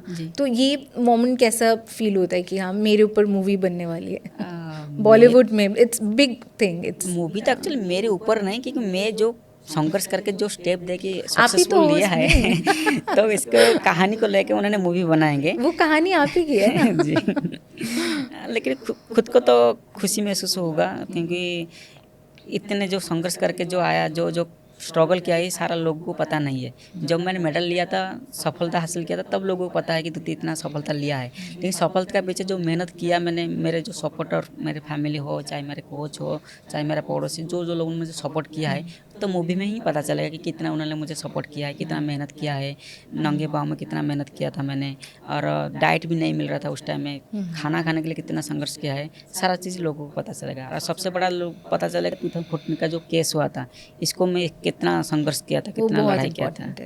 आपने घर पे बताया कि आप पर मूवी बनने वाली है? हाँ, घर को पता है। तो वो लोग कैसे है, मतलब बहुत खुश है? घर लोग तो खुश है, हम सब बोलते हैं कि तुम्हारा मूवी कब आएगा। प्रोसेसिंग में है अभी, वेट करेगी कब मूवी ले। फिर तो उड़ीसा में ही सारे लोग, सारे थिएटर्स भर जाएंगे कि दूती का मूवी आने वाली है। हाँ, तो जी मैं आपने अभी बता ही दिया, मैं उस पर आने वाली थी। जो 2014 में ये ठीक कॉमनवेल्थ गेम्स से पहले हुआ था ना, जिसमें आप क्वालिफाई करने वाले थे, तो उस टाइम पे आपने अकेले ये पूरा केस अपने आप से, पूरा एक वर्ल्ड एथलेटिक्स को टेक ऑन करने जैसा है कि एक लड़की जो भुवनेश्वर के एक गांव से है, वो फाइनली अभी खेल रही है, एंड देन पूरा एक इंटरनेशनल कोर्ट में जाके एक केस लड़ना और फिर उसको जीत जाना, तो ये बहुत ही बड़ी बात है, एक इंडियन स्पोर्ट्स में आई थिंक बहुत बड़ी बात है। तो ये हुआ कैसे, आपने उसको चैलेंज करने का सोचा कैसे, किसी ने आपको मदद किया पहले उसमें? तो एक्चुअल स्पोर्ट्स में बहुत सारा रूल होता है जो मुझे उस टाइम में नॉलेज नहीं था, क्योंकि मैंने 70+ थी, मतलब 18 चल रहा था उस टाइम, मैंने 18 ईयर्स को कंप्लीट हुआ नहीं था उस टाइम में। अच्छा। तो मैंने उससे पहले मैंने अंडर 19 में क्वालिफाई किया था, यूथ एशियन एथलेटिक चैंपियनशिप के लिए मैंने क्वालिफाई किया था। वहाँ पे जाके मैंने गोल्ड मेडल भी हासिल किया था। तो वहाँ पे जो टाइमिंग दिया था मैंने 200 में हो या 100 में, वो टाइमिंग के हिसाब से मेरा कॉमनवेल्थ गेम के लिए सिलेक्शन हो गया था। मुझे भी पता नहीं था कि मेरा कॉमनवेल्थ गेम के लिए सिलेक्शन हुआ है करके, क्योंकि मैं तो जूनियर हूँ, सीनियर के साथ खेलना काफ़ी टाइम है। मुझे पता नहीं था। मैं लौट के आया, एथलेटिक फेडरेशन ऑफ इंडिया की तरफ से जो हमारा प्रेसिडेंट थे ललित बनट सर ने, तो उन्होंने मुझे बताया, दूती तुम तो कमाल कर दिया, जूनियर लेवल में भी वो एशिया का नंबर 1 बन गया, तू गोल्ड मेडल हासिल किया है, और तूने जो टाइमिंग दिया है वो टाइमिंग के हिसाब से तेरा कॉमनवेल्थ गेम और एशियन गेम दोनों के लिए तुम क्वालिफाई किया है। तो तुम खेलना चाहते हो इंटरनेशनल लेवल में जो सीनियर के साथ? मैं बोले कि सर टाइमिंग के हिसाब से क्वालिफाई तो हुआ है, और सीनियर के साथ खेलेंगे तो मुझे ज़्यादा कॉन्फिडेंट भी मिलेगा, और उम्मीद है कि मैं मेडल भी ला पाऊँगी, तो आप मुझे मौका देंगे तो मैं खेल पाऊँगी। तो उन्होंने बोला ठीक है, तुझे मौका मैं दे रहा हूँ, तेरे को सिलेक्शन दे रहा हूँ। बैंगलोर में एक मतलब 2-3 महीने के लिए कैंप चलेगा, तुम बैंगलोर चला जाओ, वहाँ पे रह के तुम ट्रेनिंग करो, परफॉर्मेंस थोड़ा अच्छा भी होगा, तुम्हारा इम्प्रूवमेंट भी होगा, क्योंकि वहाँ पे फॉरेन कोच भी रहते हैं, इंडियन कोच भी रहते थे उस टाइम में, लेकिन फॉरेन से एडवाइस के लिए अच्छा कोच को भी बुलाए थे तुर्की से। तो मैंने सर का बात सुन के मैंने बैंगलोर को शिफ्ट हो गया। मतलब पहले पटियाला में रह के ट्रेनिंग करती थी उस टाइम में। अच्छा। पटियाला से मैं बैंगलोर को चला गया, और जैसे ट्रेनिंग नॉर्मल होता है ऐसे नॉर्मल में ट्रेनिंग किया। लेकिन कॉमनवेल्थ गेम जाने से पहले 3 दिन से पहले मुझे रुका गया। 3 दिन पहले? 3 दिन से पहले सभी बच्चों टीम ने दिल्ली से एयरपोर्ट को चले गए। तो मेरे पास टिकट जब आया नहीं, मैंने सर को फ़ोन किया, प्रेसिडेंट साहब को, कि सर मेरा एयर टिकट अभी तक आया नहीं, सारे बच्चों भी निकल जा रहे हैं, और आप बोले थे कि आप इंटरनेशनल जाओगे, सीनियर के साथ तो लड़ाई करोगे, लेकिन अभी तक एयर टिकट नहीं आया, क्या दिक्कत है? बोला नहीं कोई दिक्कत नहीं है, आप वो कल आओगे का, और एक टीम बाकी है आने का, तुम कल इनके साथ आओगे, ऐसे बोल दिया। और सुबह देखा तो सारा पेपर न्यूज़ टीवी में मेरे ऊपर ब्रेकिंग न्यूज़ चल रहा है कि द्युति का जेंडर टेस्ट हुआ था, उन्होंने फीमेल नहीं है, वो मेल है। तो ऐसे करके सारा उन्होंने न्यूज़ आपको ये बताया नहीं था? उन्होंने बताया नहीं था रात में, लेकिन सारा पेपर में जब ऐसा न्यूज़ फैला, और मेरे को सारी जर्नलिस्ट ने फ़ोन करना शुरू कर दिया कि द्युति ऐसा न्यूज़ आ रहा है, तुम्हारे ऊपर कुछ टेस्ट वगैरह हुआ था क्या, रिपोर्ट वगैरह कुछ ऐसा आया है? मैं बोला मेरे पास तो कुछ ऐसा रिपोर्ट नहीं है, मेरे पास तो कुछ है नहीं, लेकिन टेस्ट हुआ था, हमारे जैसे डोप टेस्ट के लिए यूरिन लेते, ब्लड लेते, तो ऐसे मैंने टेस्ट दिलाया था फोर्टिला हॉस्पिटल में। तो फिर धीरे धीरे देखा तो 12-1 बजे तक सारा पेपर टीवी में न्यूज़ चलना शुरू हो गया मेरे ऊपर। तो उसी टाइम में जब मैंने जो मैडम ने मेरा टेस्ट लिया था, वहाँ के मतलब साई का डॉक्टर है कमलेश मैडम करके, तो उनको जाके मैंने मिले, और मैंने पूछा कि मैडम आपने मुझे क्या टेस्ट कराया था, ऐसा न्यूज़ भी आ रहा है, एक्चुअली सेम में हुआ है क्या, मुझे थोड़ा बता दो। तो उन्होंने बताया नहीं, आपका जो टेस्ट हुआ था इसी में थोड़ा हार्मोन लेवल थोड़ा ज़्यादा मिल रहा है, और आपको जिस कारण से आप महिला कैटेगरी में नहीं खेल सकते हो, तो इसलिए आपको बैन करा गया है, लाइफ टाइम में आप कभी भी नहीं खेल सकते हो, ऐसे बोला। बोले ठीक है, नहीं खेल सकते तो मुझे थोड़ा डॉक्यूमेंट दे दो, एक्चुअली मैं देखूंगी मेरा बॉडी में क्या दिक्कत है, क्या बड़ा है, क्या कमी है। तो उन्होंने देने के लिए मना किया, बोला कि नहीं, जो इतना सारा रिपोर्ट है मेरे पास है, आपको मैं नहीं दे सकती क्योंकि मेरे को ऑथराइज नहीं है, तो आपको पोर्ट्स अथॉरिटी ऑफ इंडिया को आप कॉन्टैक्ट करो, वो आपको डॉक्यूमेंट देने के लिए बोलेंगे तो मैं दे दूँगी। तो फिर उस टाइम में स्पोर्ट्स अथॉरिटी ऑफ इंडिया को मैंने फ़ोन किया, तो वहाँ पे डायरेक्टर जनरल थे जीजी थॉम्सन सर ने, तो उनको जब मैंने फ़ोन किया कि उन्होंने बोला कि नहीं जो भी डॉक्यूमेंट है आपको मिलेगा, लेकिन अभी हम नहीं देंगे, तुम घर चला जाओ। तो मैंने बोला मैं घर तब तक नहीं जाऊंगी जब तक मुझे जब वो रिपोर्ट आपको नहीं देंगे। तो ज़्यादा हंगामा हुआ, काफ़ी मीडिया वालों ने आया, मेरा उड़ीसा में भी लाइव न्यूज़ चला। तो फिर मैंने एथलेटिक फेडरेशन ऑफ इंडिया के जो सर थे इनको भी फ़ोन किया, तो उस टाइम में कोई रिसीव नहीं किया। तो फिर सारा न्यूज़ भी ऐसे चल रहा था पूरा, मैंने अंदर से टूट गई थी मैंने। फिर गवर्नमेंट की तरफ से, उड़ीसा गवर्नमेंट की तरफ से 2 कोचेस को भेजा गया था मुझे बैंगलोर लाने के लिए। तो आके फिर मैंने 1 महीना लगा वो डॉक्यूमेंट को लाने के लिए। तो बैंगलोर में जाके क्या समझ नहीं आया? बैंगलोर मतलब में उड़ीसा से 2 कोच गया था मुझे लाने के लिए बैंगलोर से, अच्छा क्योंकि मैंने मना किया ना, जब तक मुझे रिपोर्ट नहीं देंगे मैं घर नहीं घर जाऊँगी। नहीं जाओगे? तो हाँ, उन्होंने जाके मुझे ज़बरदस्ती उधर से लेके आया। अच्छा तो फिर आके उड़ीसा मीडिया, लोकल मीडिया में ज़्यादा वायरल हुआ मेरे ऊपर लेके, मेरे जेंडर को लेके। काफ़ी लोगों ने क्रिटिसाइज भी करने लगा उस टाइम में कि द्युति चंद मेल है, फीमेल के साथ छुप छुप के खेल रहा था इसलिए जीत रहा था। तो मेरा खेल के ऊपर क्वेश्चन करना शुरू कर दिया सारे लोगों ने। तो उसी टाइम में किसी के ऊपर मैं भरोसा नहीं कर पाती थी कि क्या करूँ। काफ़ी नेता मंत्री को मैंने जाके रिक्वेस्ट किया कि मेरे साथ अन्याय हुआ है, मेरे को बदनाम करा जा रहा है, मैं लड़की हूँ। कोई नहीं सुनने के लिए तैयार नहीं थे। लेकिन उस टाइम में एक जो पॉइसनी मैडम करके के साइंटिस्ट है, मतलब हाइपरजम के ऊपर वो साइंटिस्ट रिसर्च करता है, तो उन्होंने मुझे कॉन्टैक्ट किया। वेस्ट बंगाल में इनका घर है लेकिन लंदन में रहते हैं। तो उन्होंने मुझे कॉन्टैक्ट किया कि द्युति मैं तुझे मिलना चाहती हूँ, तुझे थोड़ा हेल्प करना चाहती हूँ। तो मैं बोला आप क्या हेल्प करोगे, जब इतने बड़े बड़े लोग मुझे हेल्प नहीं कर रहे, आप क्या मुझे हेल्प करोगे। बोला कि मैं आपको एक बार मिलना चाहती हूँ, मिलने के बाद मैं थोड़ा बातचीत करूँगी। तो फिर मैंने बोला ठीक है आप आ जाओ मेरे घर, मैं मिल लूँगी। तो फिर उन्होंने मेरे घर आया था, फिर मुझे डिटेल्स बताया कि आपका स्पोर्ट्स में क्या क्या रूल है, क्या क्या टेस्ट होता है। वो लंदन से आई? हाँ लंदन से आया मेरे को सिर्फ मिलने आपके के लिए, लिए? मेरे लिए। तो फिर आके मुझे सारा डिटेल्स समझाया कि आपका रूल ऐसा होता है कि आपका हाइपरजम टेस्ट होता है, डोप टेस्ट होता है, जेंडर टेस्ट होता है। रूल के बारे में पहले बताया।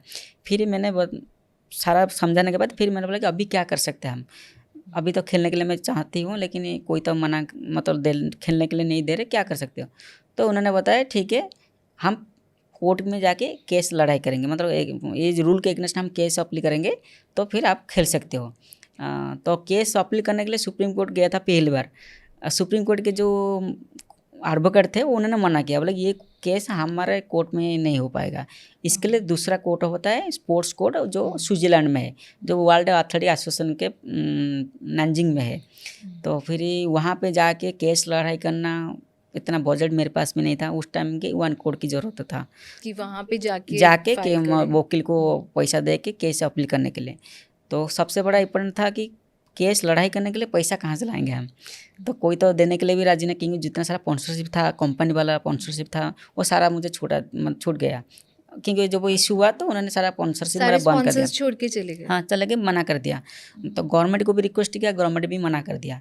तो क्या करूँ, फिर एक टीवी पेपर इंटरव्यू में मैंने ऐसा ऐसा न्यूज़ फैला कि मुझे मदद करो ये करके।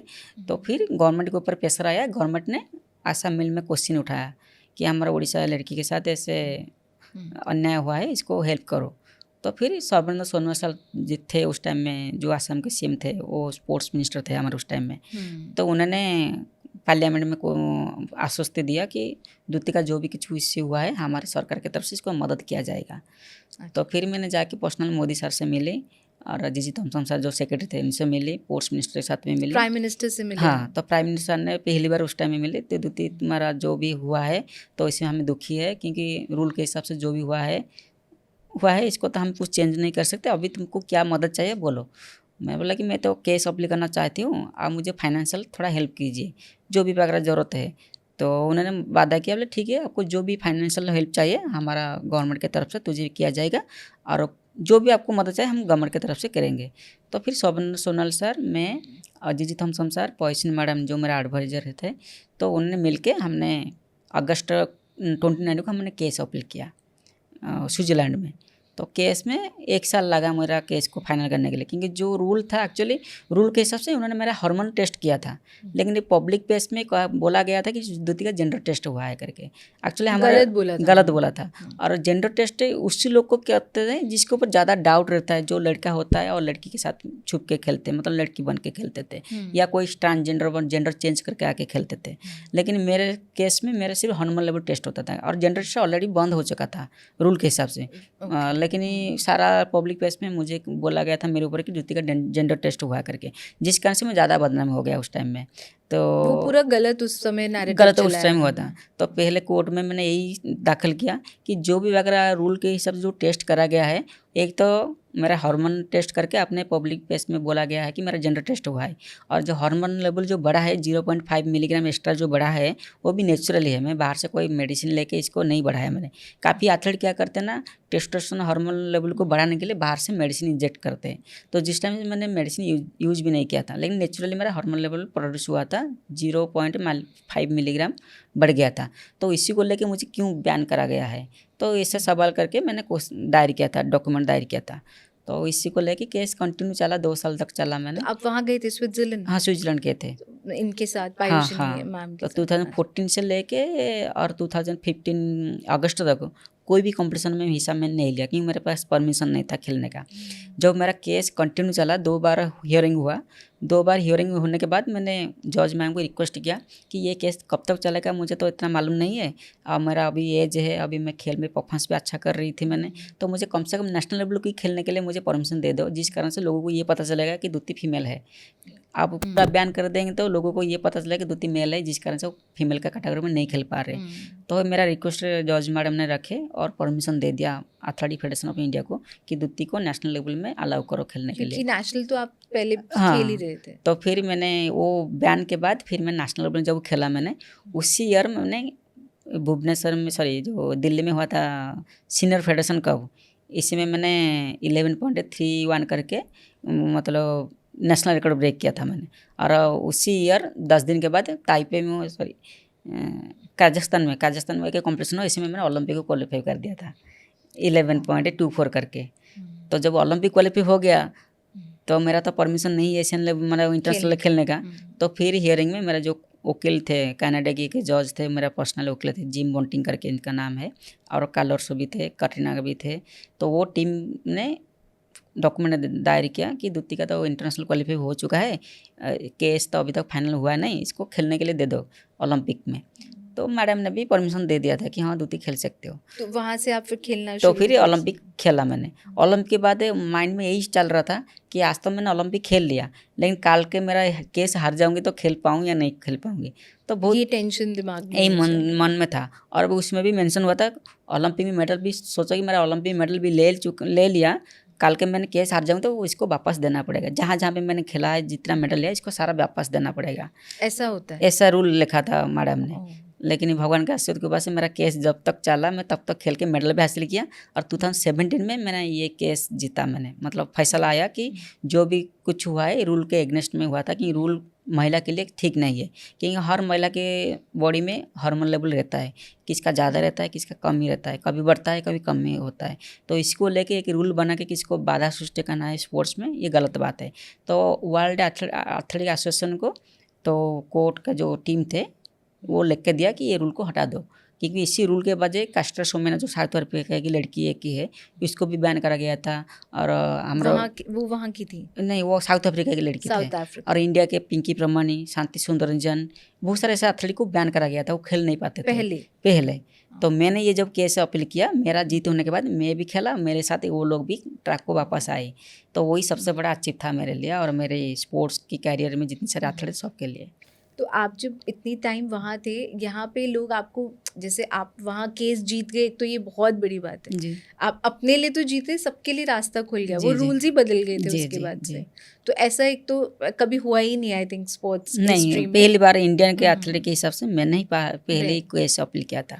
तो जब ये सब इंटरनेशनली इट्स ओके, बट जब गांव में या उस तरह का ये माहौल बन जाता है ना कि इस तरह की न्यूज़ आ रही है, तो उनका क्या रिएक्शन था? और पहले तो 2014 में जो 2-3 महीना तो गांव में रहना मेरे लिए मुश्किल हो गया था, कि पड़ोसी वालों ने, गाँव वालों ने हमेशा आके क्वेश्चन पूछ रहा था, द्युति लड़की है या लड़का है, ऐसे क्वेश्चन कर रहा था। और कहीं पे भी जाते तो लोग मुझे लड़का की तरह देखना शुरू कर दिया था उस टाइम में। तो काफ़ी नेगेटिव करते थे मेरे बॉडी को लेके, काफ़ी बहुत टाइट, मतलब जो क्या बोलते हैं, गलत तरह की तरह मुझे देखते थे उस टाइम में। जब वो मैंने केस, मतलब ओलंपिक जब क्वालिफाई किया मैंने, रियो ओलंपिक क्वालिफाई किया 2016 में, तब लोगों को पता चला कि हाँ द्युति फीमेल है और फीमेल के साथ खेल रहे हैं अभी। और जब जिस दिन मैंने केस जीता तो उस दिन मेरे को बहुत खुशी महसूस हुआ, क्योंकि इतनी जो लड़ाई किया था मैंने, इसका सही तरह से मेरे राइट को मुझे मिला, मेरे को अच्छा सपोर्ट मिला।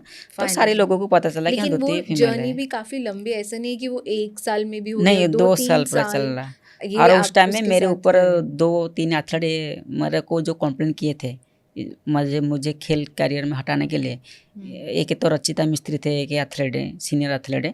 तो उन्होंने उसमें जिस दिन केस जीता, उन्होंने आके पब्लिक में बोला कि ये गलत है, ये लड़का है, क्यों खेल रहे, काफ़ी नेगेटिव। तभी भी वो उतने ही नेगेटिव थे? हाँ, तो नेगेटिव गया था। तो फिर इनके ऊपर जब मैंने इनको डायरेक्ट तो नहीं बोला, इनडायरेक्ट मैंने बोला कि आप मेरे ऊपर ऐसे सवाल लाओगे क्योंकि कोर्ट को आप अपमान कर रहे हैं, क्योंकि कोर्ट ने जब मुझे इज्जत दिया है, तुम खेल सकते हो, तुम फीमेल हो, तो आप मेल बोलने का अधिकार आपको कौन दिया है।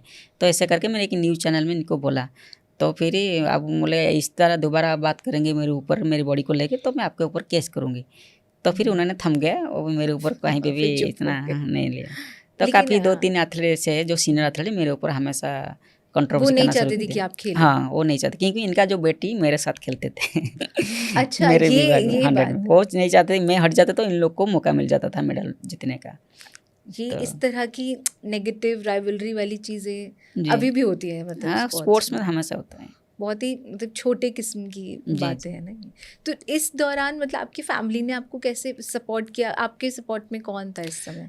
बुरे वक्त के टाइम में मेरी फैमिली ने मुझे ज़्यादा सपोर्ट किया और मेरा कोच और जो आपके अपने कोच हैं हाँ नागपुर रमेश सर जो- और मेरा बचपन का भी जो कोच थे चित्रंजन महापात्र सर, शिव प्रसाद मिश्र सर, तो उन्होंने मुझे सपोर्ट किया। और उस टाइम में जिस संस्था में मैंने पढ़ाई करती थी कीट यूनिवर्सिटी के जो फाउंडर डॉक्टर अच्युत सामंत सर, तो उन्होंने भी ज़्यादा सपोर्ट किया। और मतलब ये जो सिचुएशन 2-3 महीने के अंदर के है जो मुझे सपोर्ट किया है ज़्यादा। और इसके बाद फिर उड़ीसा के जो सीएम थे नवीन पटनायक सर और Sarbananda Sonowal sir, sports minister, ये सब धीरे धीरे सपोर्ट किया मुझे। तो इस टाइम पे आप अपने घर गए ही नहीं, गांव नहीं गए? ना 2014 में तो गांव में ही थी मैंने, क्योंकि पोस्ट अच्छा, हॉस्टल से जाना निकल पड़ा। दिया गया, तो इसलिए मैं गांव में रुकी थी उस टाइम में। तो तभी इस तरह की बातें हो रही हैं। हाँ हाँ, तो फैमिली के लिए भी मुश्किल होता है ना बहुत कि आप मुश्किल होता है। क्या और बोल रहे तो हैं। कुछ दिन तो मेरा घर छोड़ के मेरे सहेली के घर में रुका मैंने। अच्छा, 1 महीना तक मैंने सहेली के घर में रुका। वो भी बहुत क्रिटिसाइज किए थे सहेली के घर में। इनके पड़ोसी लोग जो थे तो वो लोग बोलते थे कि ये लड़का है, इसको हम घर में कैसे रखेंगे। तो मैं जब सहेली के घर गया मैंने, उस टाइम में इनके फैमिली वालों ने बोला, मुझे तो सामने नहीं बोला, मेरी सहेली को बताया कि तुझे पता नहीं है, तू जिसको फ्रेंड की तरह मान रहे हो वो लड़की नहीं, ये लड़का है। तो ये लड़की तू होके एक ही लड़के के साथ एक रूम में तुम दोनों कैसे रहोगे, मेरी फैमिली में कैसे रहोगे, लोग हमको क्या कहेंगे, तो इसको मना करो हमारे घर में रुकने के लिए।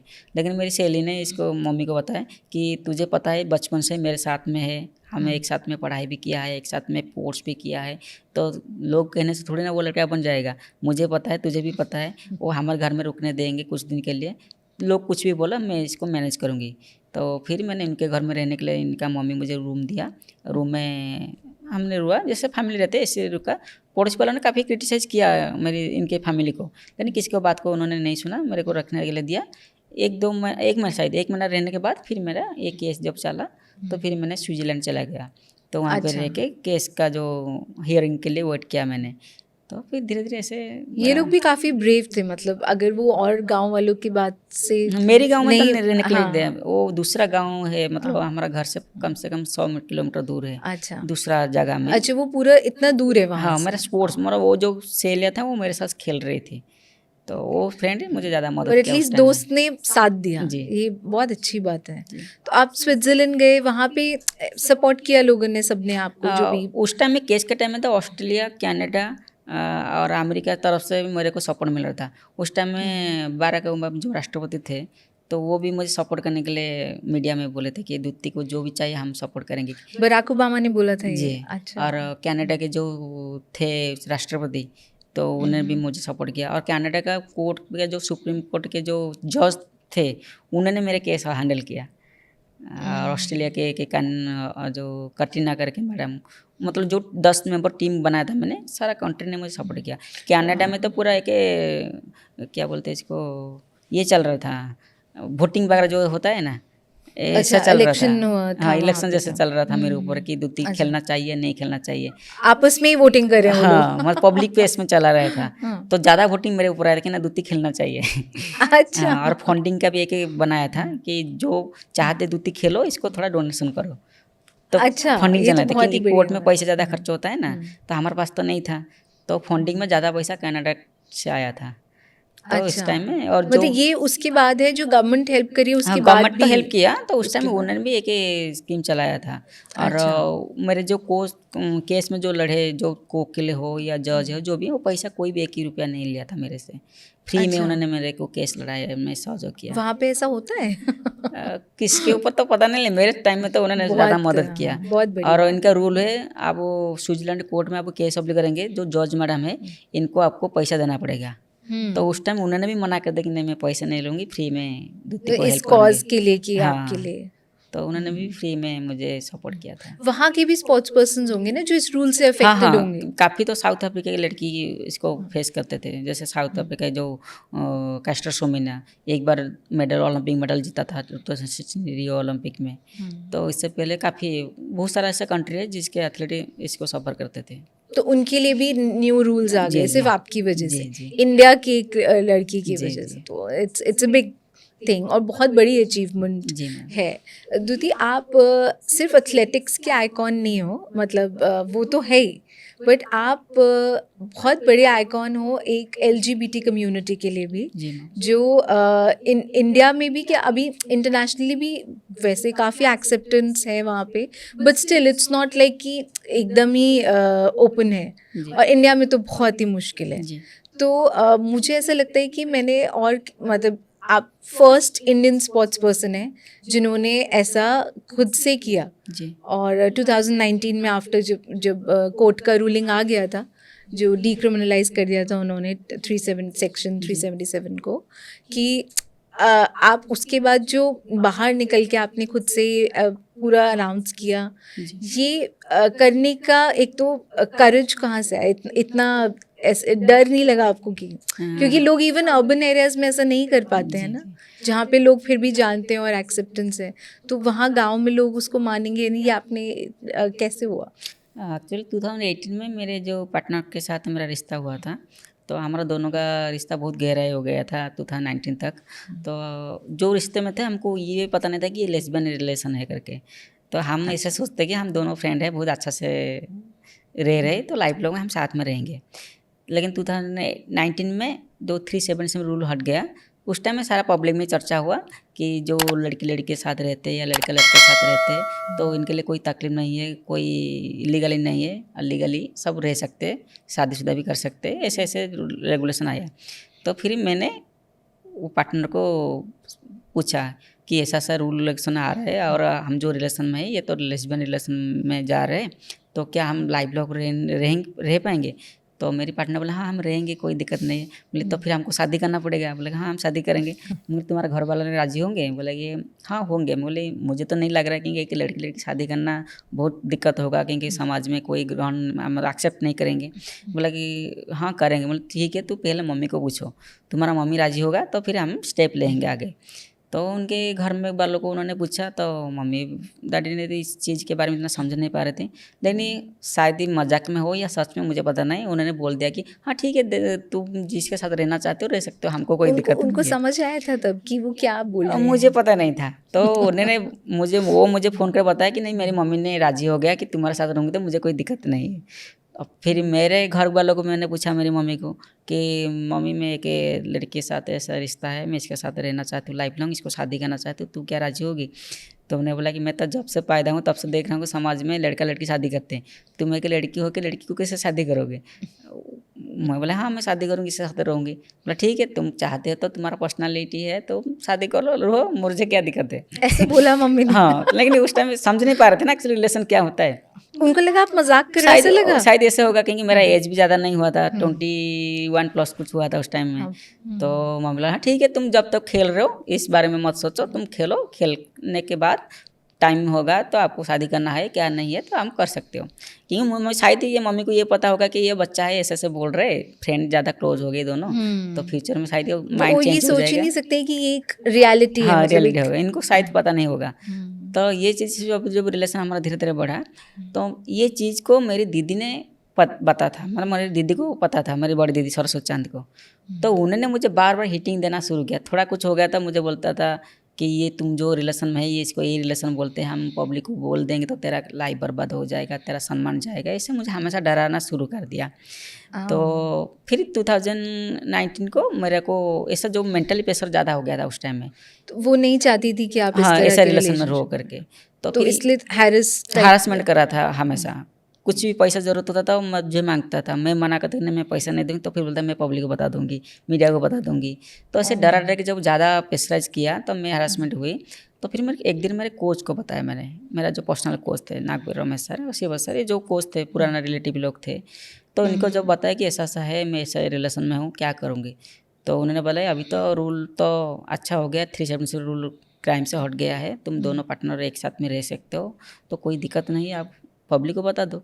बोले पब्लिक बताने से फिर कुछ दिक्कत होगा तो खेल नहीं पाऊंगी, तो फिर ये उन्होंने बोला कि आप पब्लिक को हाँ, मेरे कोच वाला ना, मेरे रिलेटिव सहेलिया जो थे सब मुझे हिम्मत दिलाया कि तुम पब्लिक को बता, तुमको कोई दिक्कत और नहीं होगा। उनको इससे कोई प्रॉब्लम नहीं थी? नहीं, उसमें कोई प्रॉब्लम नहीं थे उन लोग को।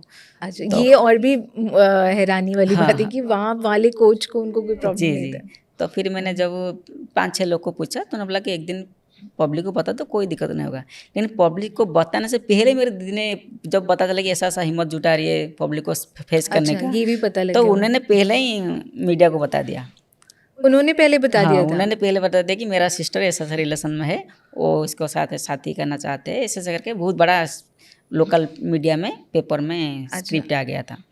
तो लोग पढ़ने के बाद सारा मीडिया ने मुझे फ़ोन करना शुरू कर दिया कि हमको सुनने के लिए मिला है तुम रिलेशन में ऐसा हो, लेकिन हमारा हिंदू धर्म में तो ऐसा रूल नहीं है, इंडिया में ऐसा रूल नहीं है, साथ में नहीं रह सकते हो, ऐसे ऐसे बहुत सारा क्वेश्चन पूछने लगा। मैं ठीक है, मैं सबको बताऊंगी, कोई दिक्कत नहीं। तो फिर मैंने मतलब प्रेस मीट बुलाया, सबको मैंने बुलाया मीडिया वालों को, फिर प्रेस मीट में जो जो कहानी सच्चाई था मैंने सबको बता दिया। तो ये 2019 की 19 की बात है। तो बता दिया तो सबने बोला कि आप दोनों साथ में रहोगे? बोले हाँ रहूँगी, क्यों नहीं रहूँगी, प्यार तो एक ही के साथ नहीं होता ना, प्यार किसी को भी आप कर सकते हो, जिसको मन चाहते हैं इसके साथ रह सकते हैं, इसमें क्या दिक्कत है। तो हमारा रूल भी है इंडिया में, तो रह सकते हैं, कोई दिक्कत नहीं। सब ने बोला तुम शादी करोगे? हाँ शादी करूँगी, फ्यूचर में हम दोनों का मन एक साथ होगा, तो एक साथ रहने का वादा किया तो शादी करूँगी, कोई दिक्कत नहीं। तो फिर ये पूरा सोशल मीडिया में हंगामा मचा दिया कि दूती ने ऐसा रिलेशन में है, गे रिलेशन में है, लेस्बियन रिलेशन में बहुत है। बड़ी खबर बन गया सारा, इंटरनेशनली भी। ऐसे देखें तो ऑस्ट्रेलिया हो, कनाडा हो, अमेरिका हो, हर जगह में तो इसको आइनगत अधिकार है, आप रह सकते हो, शादी कर सकते हो, कोई दिक्कत नहीं, बच्चा भी अडॉप्ट कर सकते हो, कोई दिक्कत नहीं। लेकिन इंडिया में सब ऐसे रिलेशन में कुछ लोग थे जो मुंह खोल के बाहर नहीं आते थे, जो अंदर बिल्कुल वो एकदम बंद है सोसाइटी से। लेकिन मैं जो पहली बार ऐसे ओपन किया 1-2 महीना कल तो काफ़ी झेला मैंने, क्योंकि काफ़ी पब्लिक ने वही 2014 वाला केस को ला के मेरे को कंट्रोवर्सी करना शुरू कर दिया। और काफ़ी कोई बोला ये समाज विरोधी है, ये हिंदू विरोधी है, हमारा रूल में ऐसा होता ही नहीं, तो काफ़ी लोगों ने क्रिटिसाइज करने लगा। लेकिन मेरे को ज़्यादा उस टाइम सपोर्ट मिला जब कौन बने करोड़पति को मुझे बुला गया लाइव शो को, केबीसी में आप गए थे। ये कब की बात है? 2019 में, 19 में जब मैंने वर्ल्ड यूनिवर्सिटी गेम में गोल्ड मेडल लेके आया था स्पोर्ट्स में। तो फिर कपिल शर्मा शो को भी बुला गया उस टाइम में, वहाँ पे गया, मैंने स्टोरी बताया, तो फिर लोग धीरे धीरे इस चीज़ के बारे में समझने लगा। झलक दिखला जो में भी झलक दिखला जो तो 22 में गया था, 2022 में। इससे पहले 2019 की बात करूँ, उस टाइम में 2 रियलिटी शो को गया था, कौन बने करोड़पति और कपिल शर्मा शो को, और मिस इंडिया ब्यूटी क्वीन में जॉर्ज जी के हिसाब से भी गया था। उस टाइम वहाँ जाके जब मैंने लाइफ स्टोरी ऐसे समझाया, सब लोग को बताया मैंने, तो फिर लोग इस बारे में थोड़ा समझे और फिर एक्सेप्ट करने लगे। मतलब वहाँ जब इतने बड़े प्लेटफॉर्म पे वो उन्होंने सपोर्ट किया, तब फिर लोग धीरे धीरे समझने लगा। फिर एलजीबीटी कम्युनिटी भी मुझे साथ दिया, उन्होंने बताया हम तुम्हारे साथ है, जहाँ पे कुछ होगा तो हम सपोर्ट करेंगे। तो धीरे धीरे सपोर्ट किया। सबसे बड़ा जो मन में डर था कि ये बताने के बाद मुझे खेलने के लिए देंगे या नहीं देंगे, लेकिन मेरा सौभाग्य है भगवान के आशीर्वाद से, वो एथलेटिक फेडरेशन के जो प्रेसिडेंट थे आदिल सुमेर सर ने, उन्होंने मुझे कॉन्टैक्ट किया कि दूती तुम्हारा ये जो केस चल रहा है ये पर्सनल केस है, ये हमारा स्पोर्ट्स में ऐसा कोई रूल नहीं है कि आप कोई लड़की को प्यार करेंगे तो हम खेलने के लिए नहीं देंगे, आप खेल सकते हो, कोई टेंशन की ज़रूरत नहीं, लेने की ज़रूरत नहीं, आप स्पोर्ट्स में ज़्यादा ट्रेनिंग में फोकस करो और ये बातचीत को भूल जाओ जो भी हो रहा है। तो फिर उस टाइम में ज़्यादा हिम्मत है कि नहीं मैं तो खेल पाऊँ, मुझे तो कोई हटा नहीं पाएगा, मैं मुझे कोई रुका नहीं पाएगा, तो मुझे क्या दिक्कत है। खेल भी साथ किया और बाकी ये जो कंट्रोवर्सी चल रहा है इसको भी एक साइड कर दिया था।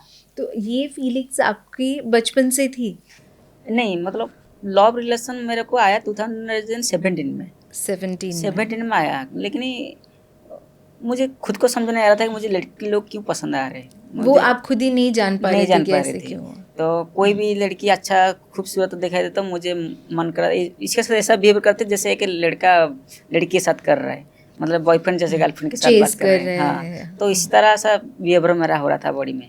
फिर भी उस टाइम में भी जाके मैंने मेडिकल भी चेकअप किया, मैंने जाके डॉक्टर को दिखाया था कि मेरा बॉडी में ऐसा रिएक्शन क्यों हो रहा है, मतलब जो रिएक्शन लड़का लोग के ऊपर होना चाहिए वो मेरा लड़की के ऊपर क्यों आ आप रहा है। डॉक्टर से मिले थे? हाँ, तो ये डॉक्टर कहाँ पे था? वही यह उड़ीसा में एम्स हॉस्पिटल में। अच्छा। तो वो डॉक्टर ने मुझे एडवाइस किया कि तुम्हारा बॉडी में हार्मोन जो लेवल है वो ज़्यादा लड़की की तरफ से अट्रैक्टिव हो रहा है तुम्हारा बॉडी, जिस कारण से तुम्हारा बिहेवियर ऐसा हो रहा है, लेकिन ये फ्यूचर में शायद ज़्यादा बढ़ सकता है, भी कम भी हो सकता है, इसमें कोई दिक्कत नहीं, कोई बड़ा बीमारी वो तुम्हारा है नेचुरल है। नेचुरल है। तो उन्होंने ऐसा समझाया था। लेकिन 2018 में देखा जब मेरा वो सेल मिल गया मुझे, जो ज़्यादा नज़दीक क्लोज हो गए हमने, तो उस टाइम हम बॉयफ्रेंड गर्लफ्रेंड की तरह हम दोनों को देखने लगे। वो मुझे बॉय की तरह देखने लगा, मैं इसको गर्लफ्रेंड की तरह देखने लगी। तो हमारा रिश्ता धीरे धीरे ज़्यादा बढ़ वो गया। भी सेम ऐसे फील करती थी? हाँ, वो मुझे बॉय की तरह मान लेता था। वो मतलब रिलेशनशिप में शी इज द गर्ल। हाँ, तो ऐसा रिलेशन हमारा ज़्यादा तो आप लोग पहले से जानते थे एक दूसरे को? पहले तो नहीं जाते थे। 2017 में मुलाकात हुआ था सिर्फ। कहाँ हमारा पे मिले थे वो आप? गांव में एक अच्छा। फंक्शन किया था मैंने, खुदरुकुनी प्रोग्राम, तो उसमें हम मुलाकात हुए थे। तो फिर धीरे धीरे हम बातचीत किया था। 2008 में ज़्यादा क्लोज हो गई थी हमने। तो कैसे आप एक साथ रहे कहीं पे? तभी जैसे क्लोज तो तभी हो गए ना जब हम नहीं, मिलेंगे। फोन में ज़्यादा बात फोन की पे थी। बात हाँ, करें। फोन में तो बातचीत आप हुआ। वहीं रहते थे या ट्रेनिंग के लिए नहीं, मैं तो बाहर? हैदराबाद में रहती थी उस अच्छा, टाइम में, अच्छा। क्योंकि मेरा ट्रेनिंग हमेशा गोपीचंद एकेडमी में रह के ट्रेनिंग किया था मैं। हम्म। तो बीच बीच में जब घर आते छुट्टी में आते थे, इसके साथ घूमते फिरते रहते थे, तो ऐसा ही था। तो तब आपको क्या लगा था कि हम दोनों का, आप एक प्रपोज किसने किया? प्रपोज तो मतलब दूसरे को कैसे प्रपोज हुआ हमको पता नहीं, मतलब वो मुझे पहली बार देख के मेरा मोबाइल नंबर लिया और मुझे इतना बताया था कि तुम अच्छा खेलते हो, तुम मेरे को बहुत पसंद है। ऐसे तो फैन भी रहते, स्पोर्ट्स का फ्लावर्स लेते हैं, मुझे ऐसा लगा कि वो मेरा फैन है। लेकिन धीरे धीरे लगा तो आपका बॉडी मुझे अच्छा लग रहा है, आपका बात मुझे अच्छा लग रहा है, तो मैं चाहती हूँ तुम्हारे साथ हमेशा रहूँ। ऐसे ऐसे करके बातचीत जब धीरे धीरे हमारा दोनों के बीच में बढ़ा, तो फिर ऐसा फील हुआ कि हम बॉयफ्रेंड गर्लफ्रेंड की तरह रहते। इसको भी रेस्पेक्ट के दे के मैं बात करना लगा, वो भी मुझे रेस्पेक्ट दे के बात करना लगा। कहीं भी खेलने के जाते तो वो हमेशा मेरे ऊपर पूजा रखा, मन्नत रखा। वो उन्होंने आपके लिए पूजा कराया? हाँ, तो और कहीं भी कॉम्पिटिशन होता था वो भगवान के ऊपर दीप जलाया कि तुम जब तक नहीं जीतो तब तक मैं खाना नहीं खाऊंगी। उपवास भी रहता था। तो इससे फील हुआ कि हाँ, हमारा दोनों के बीच में कुछ दूसरा रिलेशन है। कि ये सिर्फ फैन या फ्रेंड्स जी, नहीं जी, है। हाँ, हाँ। और वो क्या करती है? वो भी स्पोर्ट्स में है? नहीं, वो नॉर्मल है, स्पोर्ट्स में करता है। नॉर्मल है। जी। जो स्पोर्ट्स नहीं करता वो नॉर्मल है। तो मतलब और क्या करती है उस समय में? कुछ पढ़ाई कर उस रही टाइम है में या? पढ़ाई कर रहा था, +2 पढ़ाई कर रहा था। अच्छा।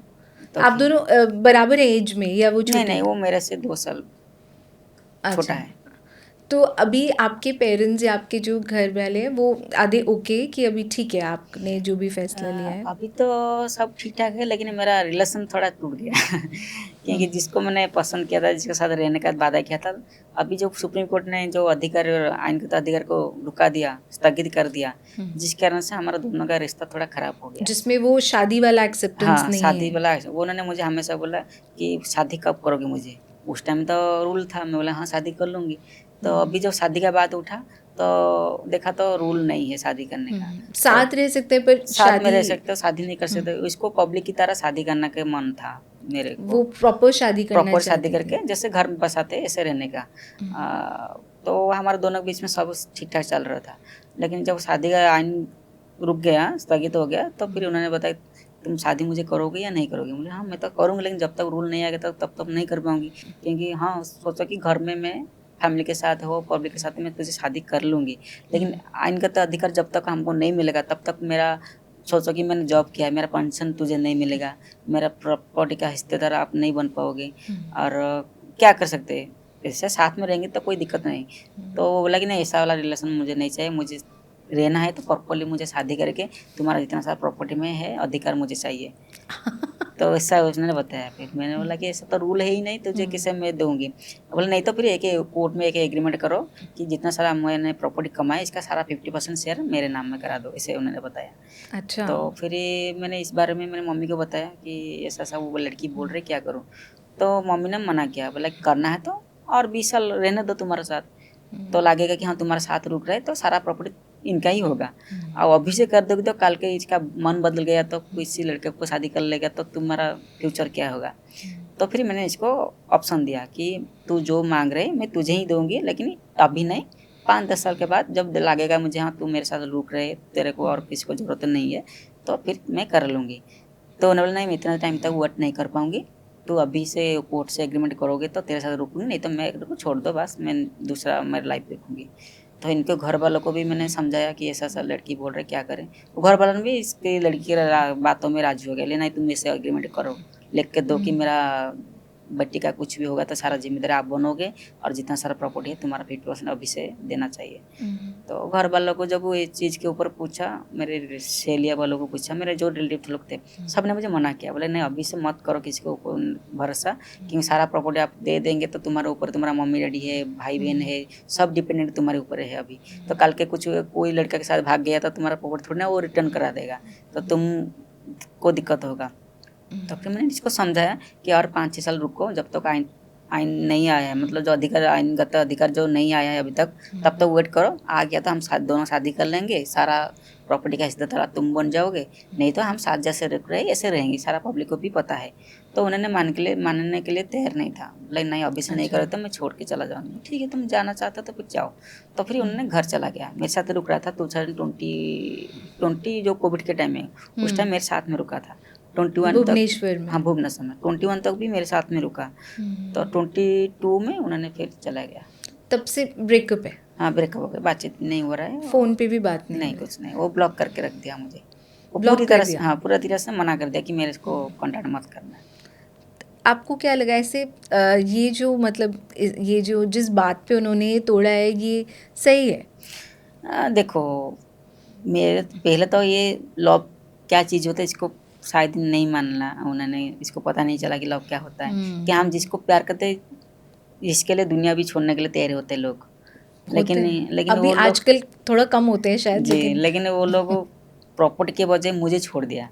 इसका मतलब इसका प्यार ही नहीं था मेरे ऊपर, शायद मेरे प्रॉपर्टी के ऊपर कुछ लालच था, जिस कारण से उन्होंने प्रॉपर्टी के ऊपर ज़्यादा बोला कि मुझे ये चाहिए वो चाहिए, तो इसलिए मैं ज़्यादा ध्यान नहीं दिया। वो बोल सकता था इस टाइम में कि हाँ ठीक है मैरिज आज नहीं तो कल करेंगे, लेकिन लाइफ टाइम तेरे साथ में रहूँगी, यही मेरा सौभाग्य है, ऐसे बोलना चाहा था उस टाइम में, लेकिन वो नहीं बोल के बोला कि जब तू प्रॉपर्टी नहीं करोगे मेरे नाम मैं तेरे साथ नहीं रहूँगी। वो उनकी फैमिली कैसी है? क्या वो थोड़े मतलब इसके फैमिली में इसका जो बड़े भैया है और छोटा भैया दोनों मेरे रिश्ते में है, इसका भाभी भी मेरे रिश्ते में है, बातचीत चल रहा है, लेकिन वो बात नहीं करता है मेरे से, इसका मम्मी उसका पापा बहुत दोनों बात नहीं करते।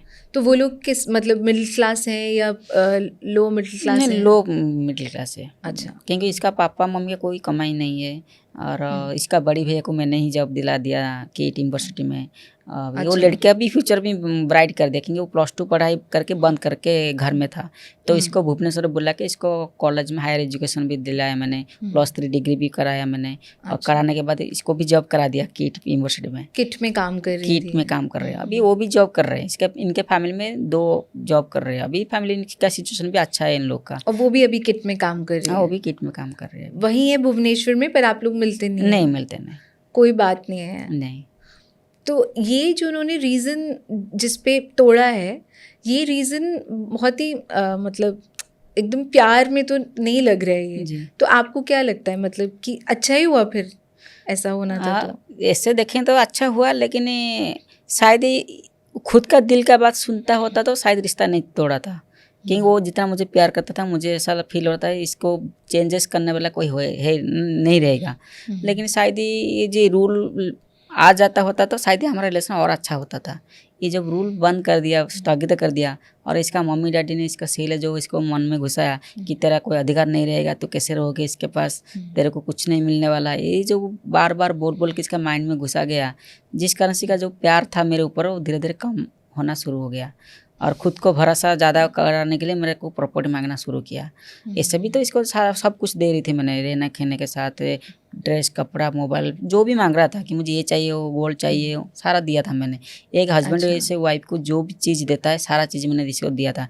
एक हार मतलब गोल्डन का ज्वेलरी भी दिया था, कान के लिए, और रिंग चेन भी दिया था, काफ़ी गोल्ड ज्वेलरी कम से कम 5-6 लाख का ज्वेलरी इसको दिया था मैंने, और साड़ी भी काफ़ी महंगाई वाला साड़ी भी दिया था, सब कुछ दिया था मैंने, इसमें कोई कमी नहीं था। लेकिन ये जो मांगा कि मुझे ये प्रॉपर्टी चाहिए, बैंक में नॉमिन में मेरा नाम रखो, ये सब बहुत कुछ रीजन उन्होंने मांगा, तो जिस कारण से मैंने मना किया था। तो ऐसे आपको अभी भी लगता है कि वो प्यार करती थी आपसे? प्यार तो ज़्यादा करती थी, लेकिन प्यार के पीछे ये जो लालसा रखा था ये तो पाने फिर का, मैच नहीं करी है ना नहीं दोनों मैच नहीं चीज़ें। हुआ, इसलिए हम दोनों अलग हो गए। बट मतलब आपके लिए प्यार क्या है वो आज के समय में, जहाँ पे हम इतने फास्ट लाइफ में हैं, और स्पेशली आप जहाँ पे जब आप कॉम्पिटिशन्स में होते हैं, ट्रेनिंग कर होते हैं, तो इतना लंबा लंबा टाइम अकेले होते हैं। प्यार तो मेरे लिए बहुत बड़ा हिस्सा था लाइफ में, क्योंकि स्पोर्ट्स में जो थकान था, जो कष्ट आ रहा था, मैं प्यार के वजह वो भूल जाता था। मुझे खुद को रिलीफ लग रहा था कि हाँ मेरे साथ में कोई ना कोई है जो लाइफ लॉन्ग मुझे साथ दे पाएगा। लेकिन प्यार जब से ब्रेकअप हुआ है तब से मैंने खुद को अकेले महसूस होता है। लेकिन देखेंगे तो मेरा स्पोर्ट्स और मेरा फैमिली, मेरा सहेली लोग, जो फ्रेंड लोग हैं, इनको देखेंगे तो लाइफ इतना दिक्कत नहीं हो रहा है, क्योंकि लाइफ में जो चीज़ के लिए मैंने पैदा हुआ था, जो चीज़ को पाने के लिए मैंने हमेशा कोशिश किया था, वो लाइफ मेरे साथ में है। तो स्पोर्ट्स तो मेरे साथ में है। तो लड़की मतलब प्यार आज नहीं है तो कल किसके साथ भी हो सकता है फ्यूचर में। तो इसलिए इतना दुख नहीं करते, खुद को दुखी फील नहीं कराते। मैं ज़्यादा से ज़्यादा मेरा स्पोर्ट्स के ऊपर, मेरे कैरियर के ऊपर फोकस करती हूँ। तो इस इंसिडेंट के बाद ऐसा हुआ कि अब आप और भी ज़्यादा फोकस कर रहे हैं? पहले से तो ज़्यादा मैंने फोकस कर रहा हूँ मेरे कैरियर के ऊपर। मेरा खुद का एक फाउंडेशन भी बनाया है, स्पोर्ट्स फाउंडेशन। इसमें 100 बच्चों रह के ट्रेनिंग कर रहे, तो बच्चा भी मतलब ट्रेनिंग दे रहा हूँ बच्चों लोग को। ये कहाँ पे? ये उड़ीसा में।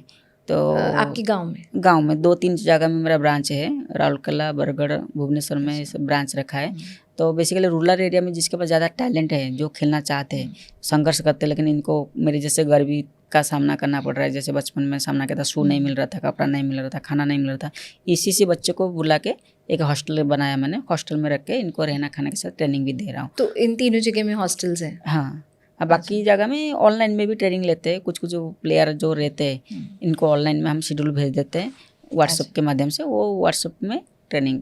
तो वहाँ पे करते उनको खुद। कौन ट्रेन करता है? मेरा जो पहला बचपन का जो कोच था शिव प्रसाद मिश्रा, तो उन्होंने, और बाकी मेरे सहेलियाँ जो 2-3 खिलाड़ी साथी थे, उन लोग भी सपोर्ट कर रहे हैं। तो वो लोग चला रहे हैं अभी? जी। और आप अभी भुवनेश्वर हाँ, में मैं हैं? भुवनेश्वर में रहती हूँ अभी।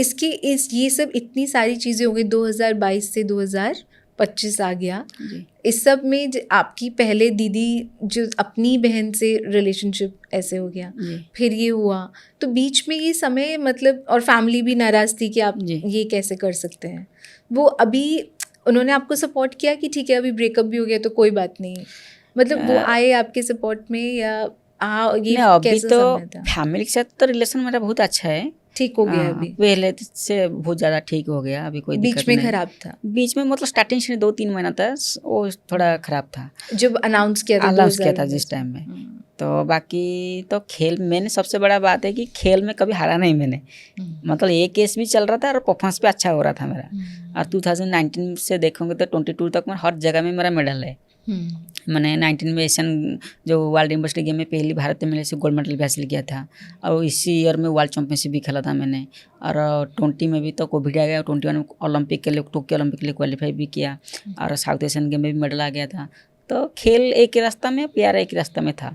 तो इसलिए लोग मुझे कोई बुरी नज़र से नहीं देख रहा था, कोई ख़राब नज़र से नहीं देख रहा था, क्योंकि सबको यही मन में, यही माइंड में ही चल रहा था कि द्युति प्यार कर रहे हैं मतलब स्पोर्ट्स में डाउन हो जाएगा। तो ऐसा पहले लगा था लोगों का भावना था ऐसा कि ये स्पोर्ट्स में पक्का डाउन हो जाएगा, जितना नाम कर रहा है इसके डाउन एक दिन कि नीचे ये सारा जाएगा। फोकस अपने हाँ, लेकिन मेरा रिलेशनशिप में ये दे जो रहे थे। रिलेशन का जो फोकस मैं सारा स्पोर्ट्स में डाल दिया। मतलब कोई ना कुछ मुझे हिटिंग दे रहा था, कोई गाली दे रहा था, कुछ कर रहा था, इसको मैंने वर्कआउट में लगा देता था। ज़्यादा से ज़्यादा मैंने मेहनत करा था, सारा गुस्सा वर्कआउट में डाल उसमें दिया। वर्कआउट में डाला था। इस कारण से मैंने हर जगह में मैंने मेडल ले रहा था। तो मेडल साथ में है तो कोई कुछ नहीं बोल पा रहा था। जी। मतलब आपके परफॉर्मेंस ने उसको उन हाँ, सबको सेव दबा करके दबा दिया उस था। बात को। लेकिन अभी पेरेंट्स आपके सपोर्ट में है? कि अभी ठीक तो है? पेरेंट्स सपोर्ट में है। क्योंकि अब आप किसी के साथ भी और रिलेशनशिप में होंगे, बट होगा वही कि आप और एक लड़की ही रिलेशनशिप में जी, है। जी। तो but they are okay with it, अभी ठीक है? अभी तो ठीक है। मतलब वो ब्रेकअप होने के बाद 1-2 साल तो बहुत तड़पा मैंने, क्योंकि काफ़ी याद आ गया इसके ऊपर। मतलब ज़्यादा याद आने लगी, मेंटल प्रेशर आ गया। हमेशा सोच नहीं पाया कि मैं क्या करूँ, जिसको इतना सालों से मैंने साथ में रखा था, इतना प्यार दिया रहा था, तो इसको छोड़ने के बाद मेरा लाइफ क्या है, किसके साथ मैं रहूँगी, मेरा लाइफ क्या है, ऐसे ऐसे सोच के बहुत काफ़ी परेशान हो गई थी उस टाइम में। लेकिन जब ये मैंने फाउंडेशन ओपन किया, बच्चों को ट्रेनिंग दिलाया, धीरे धीरे इसको भूलने लगी मैंने।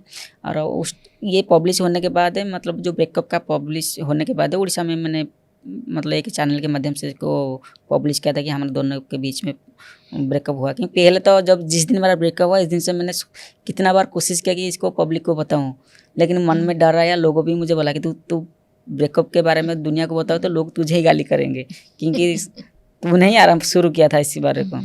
तो पर फिर वो मैंने तो सभी का होता है ना। हाँ, तो फिर मैंने 2 साल तक किसी को नहीं बताया। जो भी बताया, हाँ हमारा रिलेशन बहुत अच्छा चल रहा है, ऐसे बताया। अच्छा, बताया ही नहीं दोस्त। हाँ, तो फिर 2 साल के बाद जब देखा ही उन्होंने मुझे मैसेज भी नहीं कर रहे, कॉल भी नहीं कर रहे, मैंने इतना कोशिश किया, ट्राई किया, फिर भी जवाब अच्छा, कुछ ये नहीं था दे कि रहे। वो बात उन तक पहुंचे। हाँ हाँ, तो फिर देखा तो फिर एक दिन मैंने मैसेज डाला कि तुम मेरे लाइफ में अब वापस आओगे या नहीं आओगे, मतलब इंस्टा में। इसके मतलब मुझे तो व्हाट्सएप में ब्लॉक किया है, कॉलिंग में भी अच्छा, ब्लॉक सब किया जगह है। ब्लॉक कर हाँ, दिया। तो इंस्टा में एक दिन इसको मैसेज दिया कि काफ़ी दिनों हो गया, तुम मेरे से बात भी नहीं कर रहे, दूर में है, तो लाइफ लॉन्ग मेरे साथ मतलब वापस मेरे जीवन में आएगी या नहीं आएगी बोल दो। तो फिर देखा तो वो मना कर दिया कि नहीं, तेरी लाइफ में मैं कभी भी आने वाली नहीं हूँ। और फिर सुनने को मिला कि एक ही लड़का को प्यार कर रहे हैं अभी। तो इसका अच्छा। हाँ, तो ऐसे वो लड़के के साथ अभी काफ़ी जगह को घूमने के लिए भी जा रहे हैं। जब ऐसे सुनने को मिला, एक बार देखने को भी मिला, तो फिर मैंने मन में सोच लिया कि ये लाइफ लॉन्ग आने वाला नहीं है। तो फिर मैंने पब्लिक को बता दिया जो जो चीज़ हमारे दोनों के बीच में हुआ था। तो फिर पब्लिक को बताया कि नहीं, हम दोनों साथ में अभी नहीं है, अभी लाइफ में भी हम साथ में नहीं रह पाएंगे। तो फिर मैंने पब्लिक को बता दिया। तो breakup के अभी बारे में। जब आप लोग साथ थे, तो जैसे आपने बोला कि आप हस्बैंड एंड वो बिल्कुल उनको वाइफ की तरह रखा, तो उसमें ऐसे वो बिल्कुल जैसे रेगुलर रिलेशनशिप में झगड़े होते हैं, ऐसा होता है कि अभी कि आपने ये काम नहीं 2-3 किया, साल तक वो तो काम नहीं किया। नहीं, 2-3 साल तक तो कभी झगड़ा हमारे बीच में हुआ नहीं। अच्छा। लेकिन ये जो कंट्रोवर्सी शुरू हुआ, हम्म। तो फिर धीरे धीरे हमारे बीच में झगड़ा लगा। मुझे वो डाउट करने लगा कि तुम मुझे नहीं प्यार कर रहे हो, दूसरे को ज़्यादा प्यार कर रहे हो। मतलब कोई भी सहेलिया के साथ में घूमने के लिए जाते थे या कोई आके मेरे से सेल्फी ले रहा था, तो मन में यही सोच के मुझे डाउट कर रहा था कि तू इसको प्यार कर रही है, मुझे नहीं कर रही, इसलिए मैं जब बोला मेरा नाम प्रॉपर्टी करो, तुम मना कर रहे हो। क्योंकि जिस दिन बोलने के बाद 5-6 महीना तो मेरे साथ में था। तो उसके बाद हाँ। रहे ऐसा। मतलब जिस दिन बोला कि मेरे नाम में प्रॉपर्टी करो, मैं नहीं रहूँगी, तो मैंने बोला ठीक है मैं करूँगी, अभी नहीं, ऐसे समझा के रखा था। लेकिन उन्होंने मुझे मेंटली हरासमेंट कराने के लिए ऐसा नेगेटिव करना शुरू किया कि तू इसको ज़्यादा प्यार कर रहे हो, मेरे को नहीं कर रहे हो, मुझे टाइम नहीं दे रहे हो, तेरी खेल के लिए तू हमेशा बाहर में क्यों चला जाते हो, मुझे क्यों साथ में नहीं लेते हो। तो ऐसे ऐसे जो काम मैं नहीं कर पाऊँगी इसके ऊपर ज़्यादा क्वेश्चन उठाना शुरू किया उन्होंने। तो फिर धीरे धीरे हमारा कंट्रोवर्सी ज़्यादा बढ़ गया। आप उनको लेके जाते थे अपने साथ टूर्नामेंट्स में, नहीं, कॉम्पिटिशन हमारा में? स्पोर्ट्स में रूल नहीं है, आप किसी को भी फैमिली मेम्बर को लेके नहीं जा नहीं सकते जा कोई भी सकते। खेल को। लेकिन वहाँ जाने के लिए उन्होंने जिद्दी पकड़ा कि मुझे लेके जाओ। और बाकी इससे मीटिंग वगैरह जाते तो इसको साथ में ले जाते थे। लेकिन ये हमेशा कहीं पे भी जाते तो मुझे लेके जाओ, ऐसे बोला, जिस जगह को हम नहीं ले सकते। तो फिर जब मना करूँगी नहीं आपको ये जगह को नहीं ले सकते, हाँ, तो फिर कंट्रोवर्सी करना शुरू कर देता कि नहीं तू मुझे प्यार नहीं करते इसलिए मुझे लेके नहीं जा सकते हो। तो वो झगड़ा रूल शुरू जानते कर हुए दिया। भी ऐसी बात जी है। जी। तो अभी आप अपना फ्यूचर कैसे देखते हैं, किसके साथ, या कि बिना किसी के साथ भी? जैसे आपने बोला ना कि ये हुआ, उसके बाद आपने फाउंडेशन शुरू किया, तो वहाँ पे थोड़ा मन की तसल्ली, शांति मिली। अभी तो फ्यूचर देखेंगे तो अभी तो बहुत ब्राइट रहेगा फ्यूचर, क्योंकि मैं तो एक स्पोर्ट्स पर्सन हूँ। स्पोर्ट्स के बाद मैंने एक फाउंडेशन भी ओपन किया है, तो इसमें बच्चों को भी ट्रेनिंग दे सकती हूँ। और दूसरा है कि समाज के लिए काम करने का मन है, पॉलिटिक्स में जाके पॉलिटिक्स में जाने का पॉलिटिक्स में जाने के लिए मन है। लेकिन अभी तो वो टाइम में आया नहीं अभी तक, देखते फ्यूचर में। किसी ने अप्रोच किया है आपको अभी? अप्रोच जिस टाइम में मुझे बोला गया था उस टाइम में मैंने स्टेप नहीं ले पाई। किसने किया था? इसी इलेक्शन में मुझे कांग्रेस जो पार्टी की असेंबली तरफ इलेक्शन से, था। हाँ, कांग्रेस पार्टी की तरफ से मेरे को बुला गया था टिकट देने के लिए। लेकिन मेरा एक्चुअली डॉग केस इशू हुआ है, जिस कारण से मैंने मना कर दिया कि नहीं, मैं ऑलरेडी मैं परेशान हूँ मेरे केस के ऊपर, मैं इस बार इलेक्शन नहीं लड़ पाऊँगी। तो अभी के लिए मैं बोल रही थी कि आप अभी से मतलब टिकट मिल रहा है तो आप अभी लड़िए। अभी मिलने था, तो मैंने मना कर दिया। तो ये लोग जिनकी आप बात एग्जाम्पल दे रहे थे, नाम जो बताए, ये आपके साथ ही बैन में 2023 में हुआ था इनका? हाँ, सब 23 में एक साथ, लेकिन एक साथ हुआ, लेकिन उनका कम है साल। नहीं, एक्चुअली क्या ना, मेरे को एक्चुअली डोप के बारे में इतना नॉलेज नहीं था। मैं तो काफ़ी सालों से डोप दे रहा हूँ ना, मुझे कोई दिक्कत नहीं आया था। हर बार देना पड़ता है हाँ, डोप? 22 में जब ऐसा इश्यू आया, 23 को मुझे पता चला, तो मैंने इसके चीज़ के ऊपर जानकारी के लिए मैंने जो केस अपील किया पहले, जो पार्थ गोस्वामी है, जो ये केस के लॉयर है, तो अच्छा। इनके माध्यम से मैंने केस अपील किया नाडा कोर्ट में, क्योंकि नाडा का भी कोर्ट दूसरा होता है, हाई कोर्ट की सुप्रीम कोर्ट नहीं है, इनका पर्सनल कोर्ट होता है। तो इसमें जब केस अपील किया, तो आपने वहाँ केस में अप्लाई किया फिर? नहीं, पहले तो डोप टेस्ट का जब वो मेरा को नवंबर 28 को मेरा सैंपल गया था, और दिसंबर एंड में मुझे नोटिस आया कि आपका जो सैंपल लिया गया था इसमें आपका ड्रग्स की मात्रा पाया गया है, और जिस कारण से आप कोई भी कॉम्पिटिशन लड़ नहीं सकते, आपको बैन करा जा रहा है। तो और किस चीज़ के लिए आपने ये जो चीज़ लिया था, किस कारण के लिए आप मैंने बॉडी में इस्तेमाल किया है, इस हमको सारा डॉक्यूमेंट दो करके एक मेल आया था मेरे पास। तो मेल तो जितना कहते शायद 15-20 का पेज का मेल था। तो ये सारा चीज़ मैंने मेरे वो कोच साहब को दिखाया, तो कोच साहब ने मुझे समझाया कि ऐसा ऐसा जो सैंपल लेने के लिए आए थे, इसमें जो ड्रग का मात्रा ज़्यादा हुआ है, जो मैक्सिमम टू मैक्सिमम 80% रहना चाहिए बॉडी में, तुम्हारा 90% आया है, 10% एक्स्ट्रा आया है, जिस कारण से तुम्हारा बैन लगा गया है। तो तुम कौन सा मेडिसिन लिया था? मैंने बोला कि जो जो हुआ था, मेरा फिजियोथेरेपिस्ट जो उन्होंने मुझे एडवाइस किया था, जो मेडिसिन है, सारा डिटेल्स मैंने इसको बताया। तो फिर ही बोला कि आपको केस लड़ाई करना पड़ेगा कोर्ट में, नाडा के कोर्ट में केस दायर करना पड़ेगा। तो फिर मैंने जो पार्थ गोस्वामी है को जो लॉयर है इनके माध्यम से मैंने केस दायर किया नाडा कोर्ट में। तो पहले तो मुझे इस चीज़ के बारे में जानकारी के लिए मुझे लैब रिपोर्ट मांगना पड़ा कि प्रॉपरली मेरा सैंपल में आया है या किसी का सैंपल में आया है, वो मेरा नाम में दे रहे हैं। तो इसलिए 6 मंथ आगे चला गया लैब रिपोर्ट मांगने के लिए। मैंने लैब रिपोर्ट मांगा, लैब रिपोर्ट आने के लिए मुझे 6 महीना लगा। 6 महीना में मुझे पता चला कि मैंने जो इंजरी के लिए, गोइन इंजरी के लिए जो मेडिसिन इस्तेमाल किया था, उसी का 1% मतलब 100% थोड़ा ज़्यादा था, जो 10% एक्स्ट्रा था। तो इसी कारण से मेरा वो डोप केस में उन्होंने बैन लगा दिया। तो रूल के हिसाब से मैंने जो जो सबमिट मारा, जो MRI टेस्ट हुआ था मेरा इंजरी के बारे में, इंजरी प्रॉपरली कहाँ पे है, कहाँ कहाँ मैंने ट्रीटमेंट किया था, नेशनल कैंप में भी किया था, जहाँ जहाँ किया था सारा डॉक्यूमेंट इनको सबमिट किया। तो फिर उन्होंने हियरिंग, मतलब हर 6 महीने में एक बार हियरिंग हो रहा था मेरा। तो हियरिंग जब वो 6 महीने के बाद हुआ, तो उन्होंने ऑब्जेक्शन उठाया कि तुमने जो मेडिसिन लिया था इसका प्रॉपरली अपने वर्क नहीं किया उसके कारण ऊपर से, जिस कारण से आपका बयान कंटिन्यू करेगा। तो ऑब्जेक्शन उठाया क्या ना, जो मेडिसिन लिया था वो लोग ऑब्जेक्शन उठाया कि आपने जो मेडिसिन लिया इसका लेवल टेस्ट करना चाहिए था आपको, कि कितना मात्रा में क्या क्या मेडिसिन है। तो मैंने उस टाइम में लिख के दिया था कि जो भी वगैरह मेडिसिन लिया इसका लेवल टेस्ट करने का काम मेरा नहीं है, कि मैं एथलीट हूँ, मेरे को कैसे पता चलेगा कि लेवल टेस्ट में मुझे कैसे पता चलेगा। और दूसरा ऑब्जेक्शन उठाया था, जिन्होंने मुझे मेडिसिन एडवाइस किया था फिजियोथेरेपी, वो डॉक्टर नहीं होते। सब बोल रहे हैं, मुझे तो पता नहीं, वो लोग बता कि मेरा जो फिजियो डॉक्टर है मुझे प्रिस्क्रिप्शन किया था, और वो डॉक्टर नहीं, इसके पास लाइसेंस नहीं, मेडिसिन किसको एडवाइस कर सकता है। मतलब फिर इनको भी लिख के भी दिया, जब वो एडवाइस करने की परमिशन नहीं है तो फिर नेशनल कैंप में रह के कैसे काम कर रहे हैं? हमको कुछ भी इंजरी होता है तो मेडिसिन कैसे देते हैं? तो हमको ये तो गलत है ना। तो हम खिलाड़ी, हम तो हमारा काम है स्पोर्ट्स करना, खेलना, तो कौन मेडिसिन हमको देगा नहीं देगा, तो ये तो मेरा जिम्मेदारी नहीं है ना, मेरा तो गलती नहीं है। तो ऐसे डाल के दिया। तो उसी रूल के हिसाब से एक्चुअली मेरा वकील जो बोल रहा था पार्थ गोस्वामी सर ने, कि रूल के हिसाब से अनजानी से मेरी बॉडी में गया है, मतलब जानबूझ के तो मैंने नहीं लिया, नहीं, अनजानी से मेरा बॉडी में गया। मैक्सिमम से 6 महीना या नहीं तो 1 ईयर तक मेरा सजा हो सकता था, मतलब बैन लग सकता था मैक्सिमम। तो लेकिन ऑनलाइन लोगों ने क्या ना पॉलिटिक्स करके मेरे को 4 साल बैन लगा दिया बिना रीजन में। जो 2 ऑब्जेक्शन उठाए थे उसी रीजन के हिसाब से उन्होंने मेरे को 4 साल बैन लगाया। फिर बीच में मतलब वो नहीं चाहते थे कि आप खेले। हाँ, तो इसका भी पीछे भी बहुत कारण है कि वो नहीं चाहते थे मैं खेलने को करके। तो वो रीजन लिखने के बाद, मतलब 4 साल के बैन लगाने के बाद, फिर उन्होंने फिर बाद में एक मेल दिया कि आप मान लो कि आप खुद स्पोर्ट्स के लिए लिया था करके मान लो, हमने 3 साल बैन करेंगे, 1 साल छुटा देंगे, मतलब 1 साल का जो एक्स्ट्रा लगाया है हम छोड़ देंगे।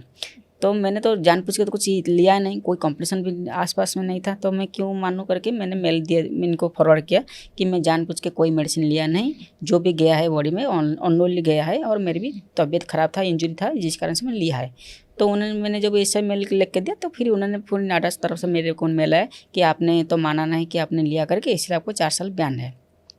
तो 4 साल बैन लगा दिया। आफ्टर 6 मंथ पर बाद में फिर मैंने वकील से कॉन्टैक्ट किया कि ऐसे ऐसे बैन लगाया, इसका कारण क्या हो सकता है।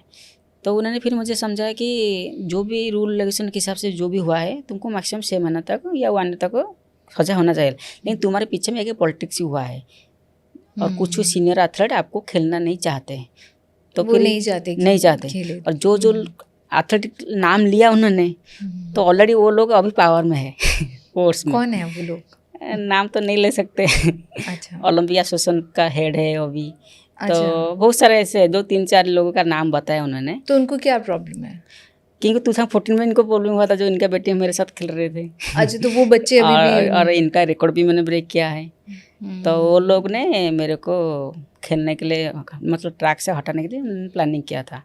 तो एक्चुअली रूल के हिसाब से आप किसी को रिहैब करना है, मतलब रिलीव करना है डोप टेस्ट मतलब बैन से, इसको गवर्नमेंट के हाथ में है। मतलब sports authority of India, athletic federation of India और इंडियन ओलंपिया से, ये तीनों की चीज़ में साइन लगाएंगे कि हाँ ये बच्चा अनोइंगली इसके बॉडी में गया है, इसको हम माफ़ कर दीजिए 6 मंथ के बाद इसको खेलने के लिए फिर से दो। ऐसे बहुत काफ़ी बच्चों को भी हेल्प मिला है, लेकिन मेरे टाइम में ये हेल्प नहीं मिला। मतलब स्पोर्ट्स अथॉरिटी ऑफ इंडिया की तरफ से मेरे को हेल्प मिला, एथलेटिक फेडरेशन ऑफ इंडिया की तरफ से भी हेल्प मिला, लेकिन ये सच है या झूठा है मुझे इतना मालूम नहीं है। मेरे वकील ने बोला कि ओलंपिक एसोसिएशन तरफ से तेरे को सपोर्ट नहीं मिला। ये ओलंपिक एसोसिएशन है, तो एसोसिएशन की तरफ से, हाँ एसोसिएशन की तरफ से आपको सपोर्ट नहीं मिल रहा है, जिस कारण से आपका बैन पूरी तरह से तो ये पूरे 4 साल अभी लगा रहेगा। हाँ 4 साल उन्होंने लगाया। ऑलरेडी नवंबर को मेरा 3 साल प्रोजेक्ट कंप्लीट हो जाएगा, और एक्स्ट्रा जो 1 साल लगाया हुआ है बैन, तो इसके लिए मैंने काफ़ी नेता मंत्री सब मिला, मैंने रिक्वेस्ट भी किया है कि जो भी वगैरह हुआ तो वो ऑनलाइन गया है, मुझे 1 साल थोड़ा माफ़ कर दो। सब ने बोला, धर्मेंद्र सर से भी मिले, धर्मेंद्र प्रधान जी से मिले, हाँ इनका भी मिली, स्पोर्ट्स मिनिस्टर सर से भी मिले थे। सबको मैंने रिक्वेस्ट किया, सब ने बोला हाँ ठीक है हम 1 साल कम करा देंगे, लेकिन अभी तक कोई स्टेप नहीं लिया उन्होंने। अभी इस पे कुछ आया नहीं है उनकी तरफ से? बड़े नहीं आया है। अभी आप बातचीत कर रहे हैं, अभी भी है उनसे बातचीत में? हाँ बातचीत तो मैंने किया था, सबने तो ये बोला था, सबको मैंने लेटर लिख के दिया था, डॉक्यूमेंट भी लिख के दिया था, बोला कि हाँ हम स्टेप लेंगे, लेकिन अभी तक कुछ अभी कोई अपडेट नहीं हुआ। तो दोबारा से एक बार चेक करना पड़ेगा उनके साथ, क्योंकि 2026 तक हो जाएंगे अभी, फिर 4 साल, 4 मतलब 27 में पूरा कंप्लीट हो जाएगा। मतलब 2025 तो खत्म ही होने वाला है ना। ये तो 3 साल कंप्लीट हो गया, और 1 साल बचा, मतलब 26 रहेगा, 27 जनवरी को कंप्लीट होगा। और बार बार सबको जाके मिलकर मुझे भी बुरा लग रहा है कि एक दिन मैं जब सफलता लेके आ रहा था, सारा मेरे पीछे में जाके फोटो खींच के नाम ले रहा था कि हमने दीदी को सपोर्ट किया, ये क्या है, जब मैं आज बुरे वक्त के टाइम में है, लेकिन सपोर्ट करने के लिए कोई आते नहीं, तो इसलिए मुझे भी पसंद नहीं लग रही कि किसको जाके बार बार रिक्वेस्ट करूं। तो इसलिए मैं खामोश में चुपचाप बैठ गया। 1 साल कड़ी मेहनत करूंगा, 27 को जब वो मेरा रिलीज हो जाएगा बस तब खेलूंगा मैंने। तो अभी उसके बाद 27 में फिर आप कौन से गेम में से रिटर्न अगर करेंगे? आपको तो करना है, कम बैक करना चाहते हैं? कम बैक करना चाहती हूँ, क्योंकि ज़्यादा एज भी नहीं हुआ है और परफॉर्मेंस भी बहुत अच्छा चल रहा था मेरा। अभी तो परफॉर्मेंस चेक नहीं किया मैंने कहाँ पे कितना टाइम में होगा मेरा, लेकिन ट्रेनिंग के टाइम में चेक करूँगी कितना मेरा बॉडी किस लेवल में है, तो कंटिन्यू करूँगी। भगवान का आशीर्वाद कृपा रहेगा मेरे ऊपर, तो मेरा बॉडी सही तरह सलामत चलेगा। तो नेक्स्ट 27 जनवरी जो मेरा रिलीफ होगा बैन, तब से मैं कंपटीशन लड़ूंगी। फिर कौन से कॉम्पिटिशन्स में आप सीधा जाएंगे? मतलब 2027 में कोई है? 2027 में तो एशियन एथलेटिक चैंपियनशिप भी है, और 28 में ओलंपिक है, जो सबसे बड़ा ऑस्ट्रेलिया में होने वाला है ओलंपिक। तो ओलंपिक की प्रिपरेशन करूँगी। तो बहुत सारा रिस्ट्रिक्शन लगा है जिस कारण से नहीं हो पा रहा है, लेकिन आप उसके लिए फिर से मेहनत करेंगे? ये मेहनत तो जारी रखूंगी, क्योंकि बिना कारण से मुझे फंसा दिया गया। क्योंकि जी एथलीट ने मुझे फंसाया इसी केसेस में, तो इन लोग को भी दिखाना पड़ेगा कि 4 साल क्या 5 साल तक मुझे बैन लगेंगे, फिर भी आके खेलूंगा मैं। ये स्पिरिट बहुत ही अच्छी है। गवर्नमेंट भी सपोर्ट नहीं कर रही है, लेकिन फिर भी आप जी नहीं, मेरे उड़ीसा गवर्नमेंट मुझे अभी सपोर्ट कर रहे हैं। क्या ना, बेसिकली जो डोप केस में फंस जाते हैं इनको ट्रेनिंग करने के लिए सुविधा नहीं देते, लेकिन मेरी उड़ीसा गवर्नमेंट ने तो मुझे सुविधा दिया गया है कि कलिंग स्टेडियम में ट्रेनिंग कर रहा हूँ। मेरा कोच, मेरा हॉस्टल सुविधा भी उन्होंने करा दिया कि रह के ट्रेनिंग कर सकते हो। अभी भी मुझे ऑन ड्यूटी में छोड़ा गया है, ट्रेनिंग कर रहा हूँ मैं अभी तो आप ट्रेनिंग कर रहे हैं? हाँ, उड़ीसा गवर्नमेंट से मुझे बहुत सपोर्ट मिल रहा है अभी। ये भुवनेश्वर में है? भुवनेश्वर में। एटलीस्ट आपकी ट्रेनिंग जारी। हाँ। तो जैसे अभी आपने बोला ना आपकी अपनी फाउंडेशन भी है, आप उनको भी ट्रेन करना चाह रहे हैं, जी पॉलिटिक्स की बात भी हो गई, जी अभी कम बैक भी करना है, तो ये सारी चीज़ें एक साथ आप करना चाहते हैं? नहीं, खेल तो ज़्यादा नहीं, 28 को मैं रिटायरमेंट ले लूँगी। 28 ओलंपिक्स खेलने के बाद? ओलंपिक के बाद। ये जो 28 ओलंपिक है, ये मेरा लास्ट ओलंपिक रहेगा। क्वालिफाई हो गया तो ओलंपिक खेलूँगी, नहीं भी होगा भी फिर लास्ट एंड तक खेलूँगी। मतलब 28 के बाद मैं और कॉम्पिटिशन नहीं लड़ूँगी। मेरा फाउंडेशन चलाऊँगी दोबारा, प्लस पॉलिटिक्स में हिस्सा लूँगी। जैसे आपके गांव में आपने इतना बड़ा नाम कर दिया, पहले एक छोटा सा घर था, मिट्टी वाला जो जी, घर जी। होता है, फिर अभी आपके वहाँ पे 2 स्टोरी हाउस है, एक आई थिंक वो आपका अकेला एक घर है जो जी। इतना बड़ा है उस गांव में। जी। और उस इतना कुछ तरक्की मतलब हुई पर्सनली भी और गांव के लिए भी इतना नाम हुआ।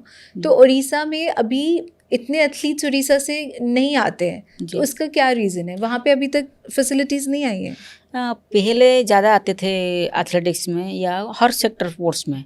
हॉकी में अभी देखेंगे तो दिलीप तिर्की हो, प्रभो तिर्की हो, नमिता टोपो, वीरेंद्र लाकड़ा, बहुत सारे ऐसे प्लेयर थे। और एथलेटिक की बात करेंगे तो सावनी नंदा, अम्य मल्लिक, पूर्णिमा हेम्ब्रम, जमुना मुर्मू, मैं, अनुराधा विश्वाल, बहुत सारे ऐसे प्लेयर थे।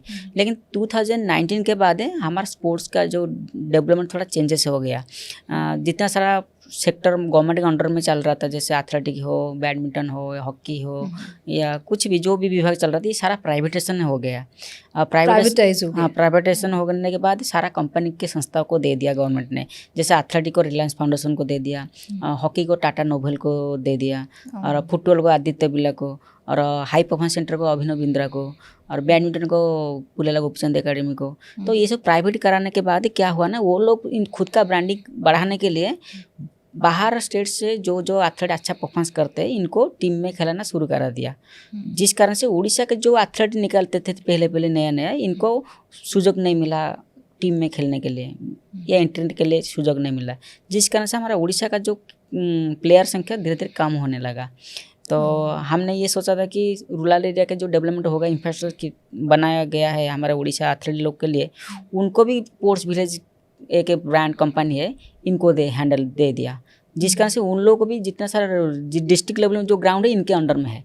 तो बाहर बच्चा जो चाहते हैं आके खेलने के लिए, ट्रेनिंग करने के लिए, इनको एंट्री नहीं मिल पाते ग्राउंड को जाने के तो लिए। वो फीस वगैरह उनका महंगा होता है? अब फीस नहीं लेते, मतलब गवर्नमेंट तो पैसा दे देता है बच्चों को हेल्प करने के लिए, लेकिन जो बच्चों ऑलरेडी इनके हाथ में है वो लोग खेल रहे हैं। जो नया संघर्ष कर रहे खेलना चाहते हो वो नहीं खेल पाते, एंट्री नहीं मिल एंट्री नहीं मिले। पहले क्या ना, गवर्नमेंट के अंडर में सारा संस्था था, कोई भी आके एंट्री लेके खेल सकता था, लेकिन अभी वो अलाउ नहीं है, ग्राउंड को जाने के लिए भी अलाउ नहीं करते, क्योंकि कंपनी के हाथ में लीज दे देते हैं सब।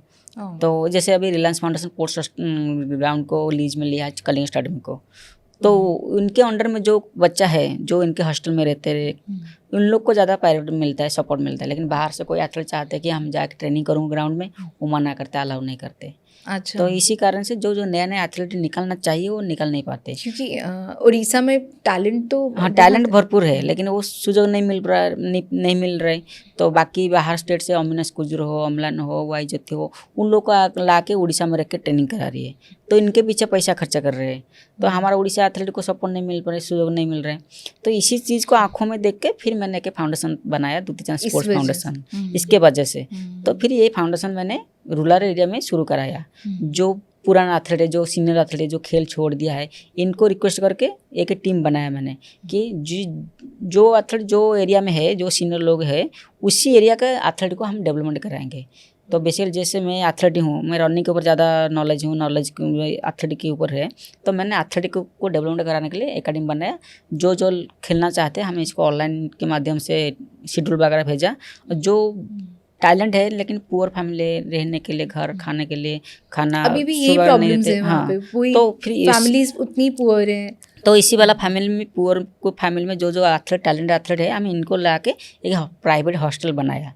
तो हॉस्टल में रह के इनको रहना खाना से हम ट्रेनिंग दिलाना शुरू किया। तो जो भी फ्री देते हैं वो, फ्री में जो पैसा बचता होता है, मेरा जीप से थोड़ा देती हूँ, मेरा कोच भी देते हैं। कुछ सीनियर एथलीट हम पर महीने कोई 500 रुपया, कोई 1000 रुपया ऐसे ही वो सबमिट करते हैं। तो इसी में हम ये एकेडमी चलाते हैं। वहाँ से अभी मतलब और आपके गांव से बहुत बच्चे हैं उसमें? हाँ, अभी तो हमारा 100 बच्चा भी ट्रेनिंग कर रहे हैं मेरे एकेडमी में। इसमें 5 बच्चा अभी नेशनल मेडलिस्ट ही है, अभी 2 बच्चा अभी इंटरनेशनल भी मेडलिस्ट बन चुका है। अभी नेशनल मेडलिस्ट हैं, ऑलरेडी बन गए? ऑलरेडी बन चुका है। अभी इंटरनेशनल लेवल में जो साउथ एशियन गेम हुआ था श्रीलंका में, इसमें प्रतीक महाराणा करके एक लड़का है, वो 200 में मेडल लेकर आया है। अरे ये तो और बहुत ही 4x रिले 100 मीटर रिले में भी गोल्ड मेडल लेकर आया है। तो ये आपकी ऑलरेडी और अचीवमेंट हो गई हाँ, ना ये तो as a अभी सारी coach? डिस्ट्रिक्ट में ब्रांच खोलने का मन है मेरा, लेकिन ब्रांच बढ़ाने के लिए तो इच्छा शक्ति है, लेकिन जो पैसा चाहिए थोड़ा वो इतना फंडिंग नहीं है, क्योंकि नया नया फाउंडेशन बना है, जिस कारण से मेरा कोई कॉर्पोरेट हाउस से फंडिंग आया नहीं अभी तक मेरे पास। लेकिन मैं उड़ीसा गवर्नमेंट को धन्यवाद देना चाहूँगी मेरी तरफ से, क्योंकि उन्होंने सारा जो ग्राउंड है मुझे इस्तेमाल करने के लिए परमिशन दिया है, तो ट्रेनिंग के लिए? ट्रेनिंग करने के लिए, तो इसलिए थोड़ा बहुत ट्रेनिंग चल रहा है, बच्चा भी निकल रही है। तो उम्मीद है कि फ्यूचर में फंडिंग वगैरह ज़्यादा आएगा तो अच्छा अच्छा कोच को बुला के बच्चों को ट्रेनिंग कराऊंगी। अभी जब आप गांव जाते हो और ये लोग आपको देखते हैं कि द्युति आई है जिनकी वजह से इतने सारे बच्चे फिर से खेल पा रहे हैं, तो उनको आपको कैसा मतलब वो फीलिंग कैसा होता है? वो इससे भी हाई मिलता है जैसे स्पोर्ट्स में हाई मिलता है ना भाग दौड़ने के बाद, तो ये वाला हाई और वो वाला हाई कैसा है? मैंने देखा है काफ़ी एथलीट जो सीनियर एथलीट है, खेल छोड़ने के बाद लोग भूल जाते थे इनको, कोई पहचान नहीं पाते, लेकिन मुझे अभी भी मेरा खेल छोड़ मतलब जो बैन लगा हुआ 3 साल हो गया, अभी भी लोग मुझे पहचानते हैं। खेल का नाम आते तो मेरा नाम पहले लेते हैं। बड़ा बड़ा पोस्ट का जो ओपनिंग सेरेमनी होता है मुझे इसमें चीफ गेस्ट के लिए बुला जाता है। काफ़ी स्कूल कॉलेज को मुझे बुला जाता है मोटिवेशनल स्पीच देने के लिए बच्चों को, तो सारे स्कूल कॉलेज को जाते हैं मोटिवेशनल स्पीच देते हैं बच्चों को। तो अभी भी बच्चों के आँखों में, बड़े बड़े लोगों के आँखों में मेरा नाम है, मेरा जो फेस है, कि उनको पता है कि कितना कड़ी मेहनत करके एक गरीब फैमिली से आके मैंने नेशनल और इंटरनेशनल में मेडल हासिल करके देश को गौरवान्वित किया है। तो इसलिए लोग का प्यार अभी तक मेरे साथ में है। अब इसी प्यार को और बढ़ाने के लिए मैंने ये फाउंडेशन बनाया और बच्चों को ट्रेनिंग करना। और सब बोल रहे हैं कि तुम पॉलिटिक्स को आओ, स्पोर्ट्स में कुछ चेंजेस करो, लेकिन ये सौभाग्य कब आएगा मुझे पता नहीं, फिर भी इच्छा शक्ति है, जब मौका मिलेगा तो आने वाला है अभी दोबारा जब इलेक्शन होगा, क्योंकि आप ऑलरेडी ऑफर तो मिल ही चुका है ना आपको। जी। तो आप अभी इस बार पॉलिटिक्स में आके आपको ये चेंज करना चाहते हैं? जी। स्पोर्ट्स में तो बहुत सारा पॉलिटिक्स हो रहा है, इसको चेंजेस करना पड़ेगा पहले। जो स्पोर्ट्स के अंदर पॉलिटिक्स? हाँ, क्योंकि बहुत सारा प्राइम मिनिस्टर मोदी साहब ने तो बहुत सारा स्कीम निकाला है स्पोर्ट्स को प्रमोट करने के लिए, जैसे फिट इंडिया, खेलो इंडिया और ओलंपिक पोडियम स्कीम, बहुत सारा स्कीम निकाला है। और स्कीम का जो पैसा आता है वो सारा संस्था के अंदर में चला जाता है। जितना पैसा बच्चे के पीछे खर्च होना चाहिए वो नहीं हो पा रहा है। बहुत सारा ऐसा पेपर टीवी मीडिया में रह जाता है, लेकिन प्रॉपर्ली बच्चों के पास नहीं मिल पाते। तो बहुत कुछ चेंजेस है। जब मेरा पावर आएगा, मेरा जब पदवी आएगा, तब मैं कुछ ना कुछ चेंजेस करके उड़ीसा और इंडिया को, जितने सारे प्लेयर है सबको आगे बढ़ाना है। ये पॉलिटिक्स अगर अभी तक उतना फिक्स तो कोई कर नहीं पाया, बट आपने अगर ऐसा सोचा है तो आई होप हाँ, मेरे को मौका मिलेगा तो मैं जरूर काम करूँगी स्पोर्ट्स के ऊपर, क्योंकि स्पोर्ट्स के लिए सरकार करोड़ रुपया खर्च कर रहे हैं। स्पोर्ट्स के लिए स्पोर्ट्स ऑफ इंडिया है, प्लस स्वतंत्र विभाग है, मंत्री भी है, लेकिन जितना काम होना चाहिए वो नहीं हो पा रहा है। तो क्योंकि मैंने ये सारा फेस किया है, देखा है मैंने स्पोर्ट्स में क्या क्या पॉलिटिक्स होता है, मैंने सारा देखा है। तो मेरा स्पोर्ट्स कैरियर 25 ईयर्स हो गया। 25 ईयर्स मैं जब वो 8 साल की थी तब मैंने स्पोर्ट्स शुरुआत की थी, और आज मैंने 25 कंप्लीट किया है स्पोर्ट्स कैरियर में। तो कहाँ पे क्या पॉलिटिक्स होता है मुझे सारा नॉलेज है, पता है। तो वही है, जब मैंने पावर में आऊँगी तब कुछ ना कुछ चेंजेस करूँगी।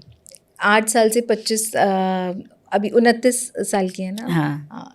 काफ़ी मतलब इतने छोटे से देखकर इतने बड़े हो गए हैं जी। तो वो सारी यादें अभी हाँ।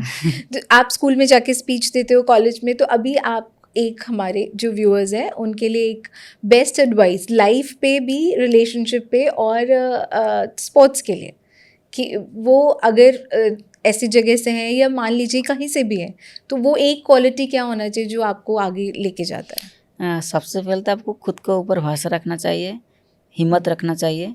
आप जो भी काम कर रहे हैं निष्ठा के साथ करना है, मतलब प्रॉपर्ली फोकस के साथ करना है। करेंगे तो आप आगे बढ़ पाओगे, क्योंकि आपको पीछे लाने के लिए काफ़ी लोग आएंगे, क्योंकि मतलब कोई आपका पाव नहीं खींचेगा। इसी तरह से आपको बिहेवियर करेंगे जैसे कि आपको खुद को डर लगेगा। जैसे मैंने पहले रनिंग करी थी, काफ़ी लोग ने मुझे क्रिटिसाइज करते थे मेरे को लेके कि लड़की होकर क्यों रोड के ऊपर भाग रहे। तो गंदे गंदे बात मेरे पीछे से बोल रहे थे, जिस कारण से मैंने को बहुत दुख हो रहा था। फिर भी मैंने वो बात को नहीं सुन के आगे बढ़ा, इसलिए मैंने यहाँ तक पहुँच पाई। तो जैसे 2014 में हाइपरटेंशन केस में मुझे लाइफ टाइम बैन करा गया था, लेकिन मैंने डरा नहीं, खुद में सही था, इसलिए मैंने केस अपील किया, चैलेंज किया और खुद को ओमन करके प्रूव करके फिर ट्रक में वापस आए। तो ऐसा कभी कभी सिचुएशन आके पहुँच जाता है सामने, लेकिन इस सिचुएशन में खुद को बिलीव करना है, हिम्मत के साथ लड़ाई करके आगे स्ट्रॉन्ग रहना है जी। और कोई कुछ भी बोलते हैं तो जी, सुनना नहीं है। क्योंकि आप अच्छा काम करेंगे भी लोग बोलेंगे, बुरा काम करेंगे तो बोलेंगे, लेकिन जो आप बुरा काम किया ही नहीं लेकिन इसको लेकर आपको बुराई करने के लिए कोशिश करेंगे, तो इसके लिए आप लड़ाई करना जरूरी है, नहीं तो फिर आप फंस जाओगे। रिलेशनशिप में भी अभी are you open to a new relationship? New तो अभी तक मैंने किया नहीं किसी को, मतलब चाहे वो लड़की हो या लड़का भी हो सकता है? अभी नहीं, अभी तो वो मन में सोचा ही नहीं, ऐसा कुछ नहीं है? क्योंकि ऑलरेडी मैंने जो फेस किया था ये 3 साल 2 साल जो कष्ट लिया मैंने, तो अभी किसी के ऊपर भरोसा नहीं आ रहा है। भरोसा करना हाँ, मुश्किल है। क्योंकि काफ़ी फ्रेंड है मेरा, क्योंकि मैंने बचपन से मेरा स्कूल कॉलेज सारी वुमेन्स, मेरा करियर स्कूल करियर था गर्ल्स हाई स्कूल में और कॉलेज लाइफ था वुमेन्स कॉलेज में, तो स्पोर्ट्स लाइफ भी वुमेन्स में, तो काफ़ी फ्रेंड सर्कल मेरा है। लेकिन ये रिलेशनशिप जब वो मेरा पार्टनर के साथ मैंने जब पब्लिश किया था उस टाइम में काफ़ी फ्रेंडशिप कट हो गया था, मतलब दूर गए थे सारे सहेलियाँ, क्योंकि सब बोल रहे थे तू तेरे तो पार्टनर मिल गया, हम साथ में रह के क्या फ़ायदा है फिर तू तेरे पार्टनर के साथ खुश में रहो, तो इसलिए इतना क्लोज नहीं हो रहे थे उस टाइम। लेकिन ये सारा पब्लिश होने के बाद सारी फ्रेंड लोग को पता चला कि मैं अकेले हूँ, इसलिए सारे लोग मुझे फ्रेंड फ़ोन करते, मेरे पास को आते घूमते। अभी उनको वो है कि फ्रेंड सर्कल मेरा बहुत ज़्यादा बढ़ गया है। लेकिन अदिति, जो बहुत सारे लोग अभी बाहर निकल के नहीं आ पा रहे, जो है मतलब सेम सेक्स रिलेशनशिप में या होना चाहते हैं, वो बाहर नहीं आ पा रहे, सिर्फ गांव वगैरह में नहीं, इवन यहाँ पे दिल्ली मुंबई अर्बन सिटीज़ में। तो आपने वो स्टैंड लिया है जो आज तक और किसी ने नहीं लिया इंडिया में, तो उनके लिए आपको एक क्या 1 पीस ऑफ एडवाइस है? मैं सबको ये कहूँगी, जिसको प्यार करना चाहते हो, जिसके साथ रहना चाहते हो, तो अच्छा से रहो, बाहर आने की ज़रूरत भी नहीं है आज की दुनिया में। बाहर आने की ज़रूरत नहीं है तो फिर कैसे? नहीं, ऐसे पब्लिक को बोल सकते, जैसे मैंने बताया था, मतलब किसी को डर के बाहर का आके बोलना सही नहीं है। खुद दिल बोल, जैसे मैंने खुद से दिल में मेरे को हुआ कि हम साथ में रहेंगे इसलिए बाहर आए, लेकिन कुछ कुछ लोग का नज़र भी लग जाता है ना। नजर असली है। जैसे मेरे प्यार में नज़र लगा, जो लड़की मुझे बोला था हमेशा के लिए तुझे नहीं छोड़ूंगा, लाइफ लॉन्ग तेरे साथ रहूँगी, वो लास्ट मोमेंट में मुझे छोड़ के चला गया। तो ऐसा बहुत, और ऐसे जो रिलेशन में है जो साथ में रह सकते हैं, इसी तरह आप पब्लिश करेंगे तो अच्छा है आपके लिए, क्योंकि प्यार में आज के दुनिया में कोई गारंटी नहीं है। क्योंकि एक लड़की लड़का को भी शादी करते तो डिवोर्स फाइल हो जाता है 1 साल के अंदर में, वो हर रिलेशनशिप में है। तो ये रिलेशन में कोई भरोसा नहीं रहता, लेकिन जो भरोसा के साथ बोलता है कि हम प्यार कर रहे साथ रहेंगे, बस इसके ऊपर ज़्यादा प्यार करना चाहिए, और उस टाइम में कोई भी विरोध करने के लिए आते तो इसको सामना करना पड़ेगा, खड़े होना पड़ेगा जी। अब चाहे वो आप लड़की हो या लड़का, उससे कोई प्यार में तो कोई जेंडर नहीं रहता, सब बोलते हैं ना जेंडर रहता है, जेंडर कुछ नहीं रहता। आप ऐसे देखो, बहुत सारे ऐसे घर में जो कुत्ते को ज़्यादा प्यार करते हैं, कुत्ते के साथ रहते हैं, सिंगल रहते हैं, किसको शादीशुदा नहीं करते, लेकिन कुत्ते इनके घर में 4-5 कुत्ते थे पालते। तो बहुत सारे ऐसे लोग हैं जो शादीशुदा है लेकिन बच्चा पैदा नहीं करते, दूसरे बच्चों को आके अडॉप्ट करके इसको बढ़ाते पढ़ाते, सब कुछ काम करते हैं। तो मन जिसको चाहते इसके साथ रहने से कोई दिक्कत नहीं है, होना भी नहीं चाहिए। जी ma'am. Thank you so much Dyuti, आपसे बात करके ऐसे मुझे लगा कि बहुत सारे लोगों को ये इंस्पिरेशन मिला है, जो अभी भी बहुत इम्पोर्टेंट है, क्योंकि अभी भी बहुत सारे लोग नहीं खुल के अपनी लाइफ जी पाते हैं। तो आप you continue to be an inspiration to them. Thank you so much for being on our show. I hope you two enjoyed it. Welcome madam.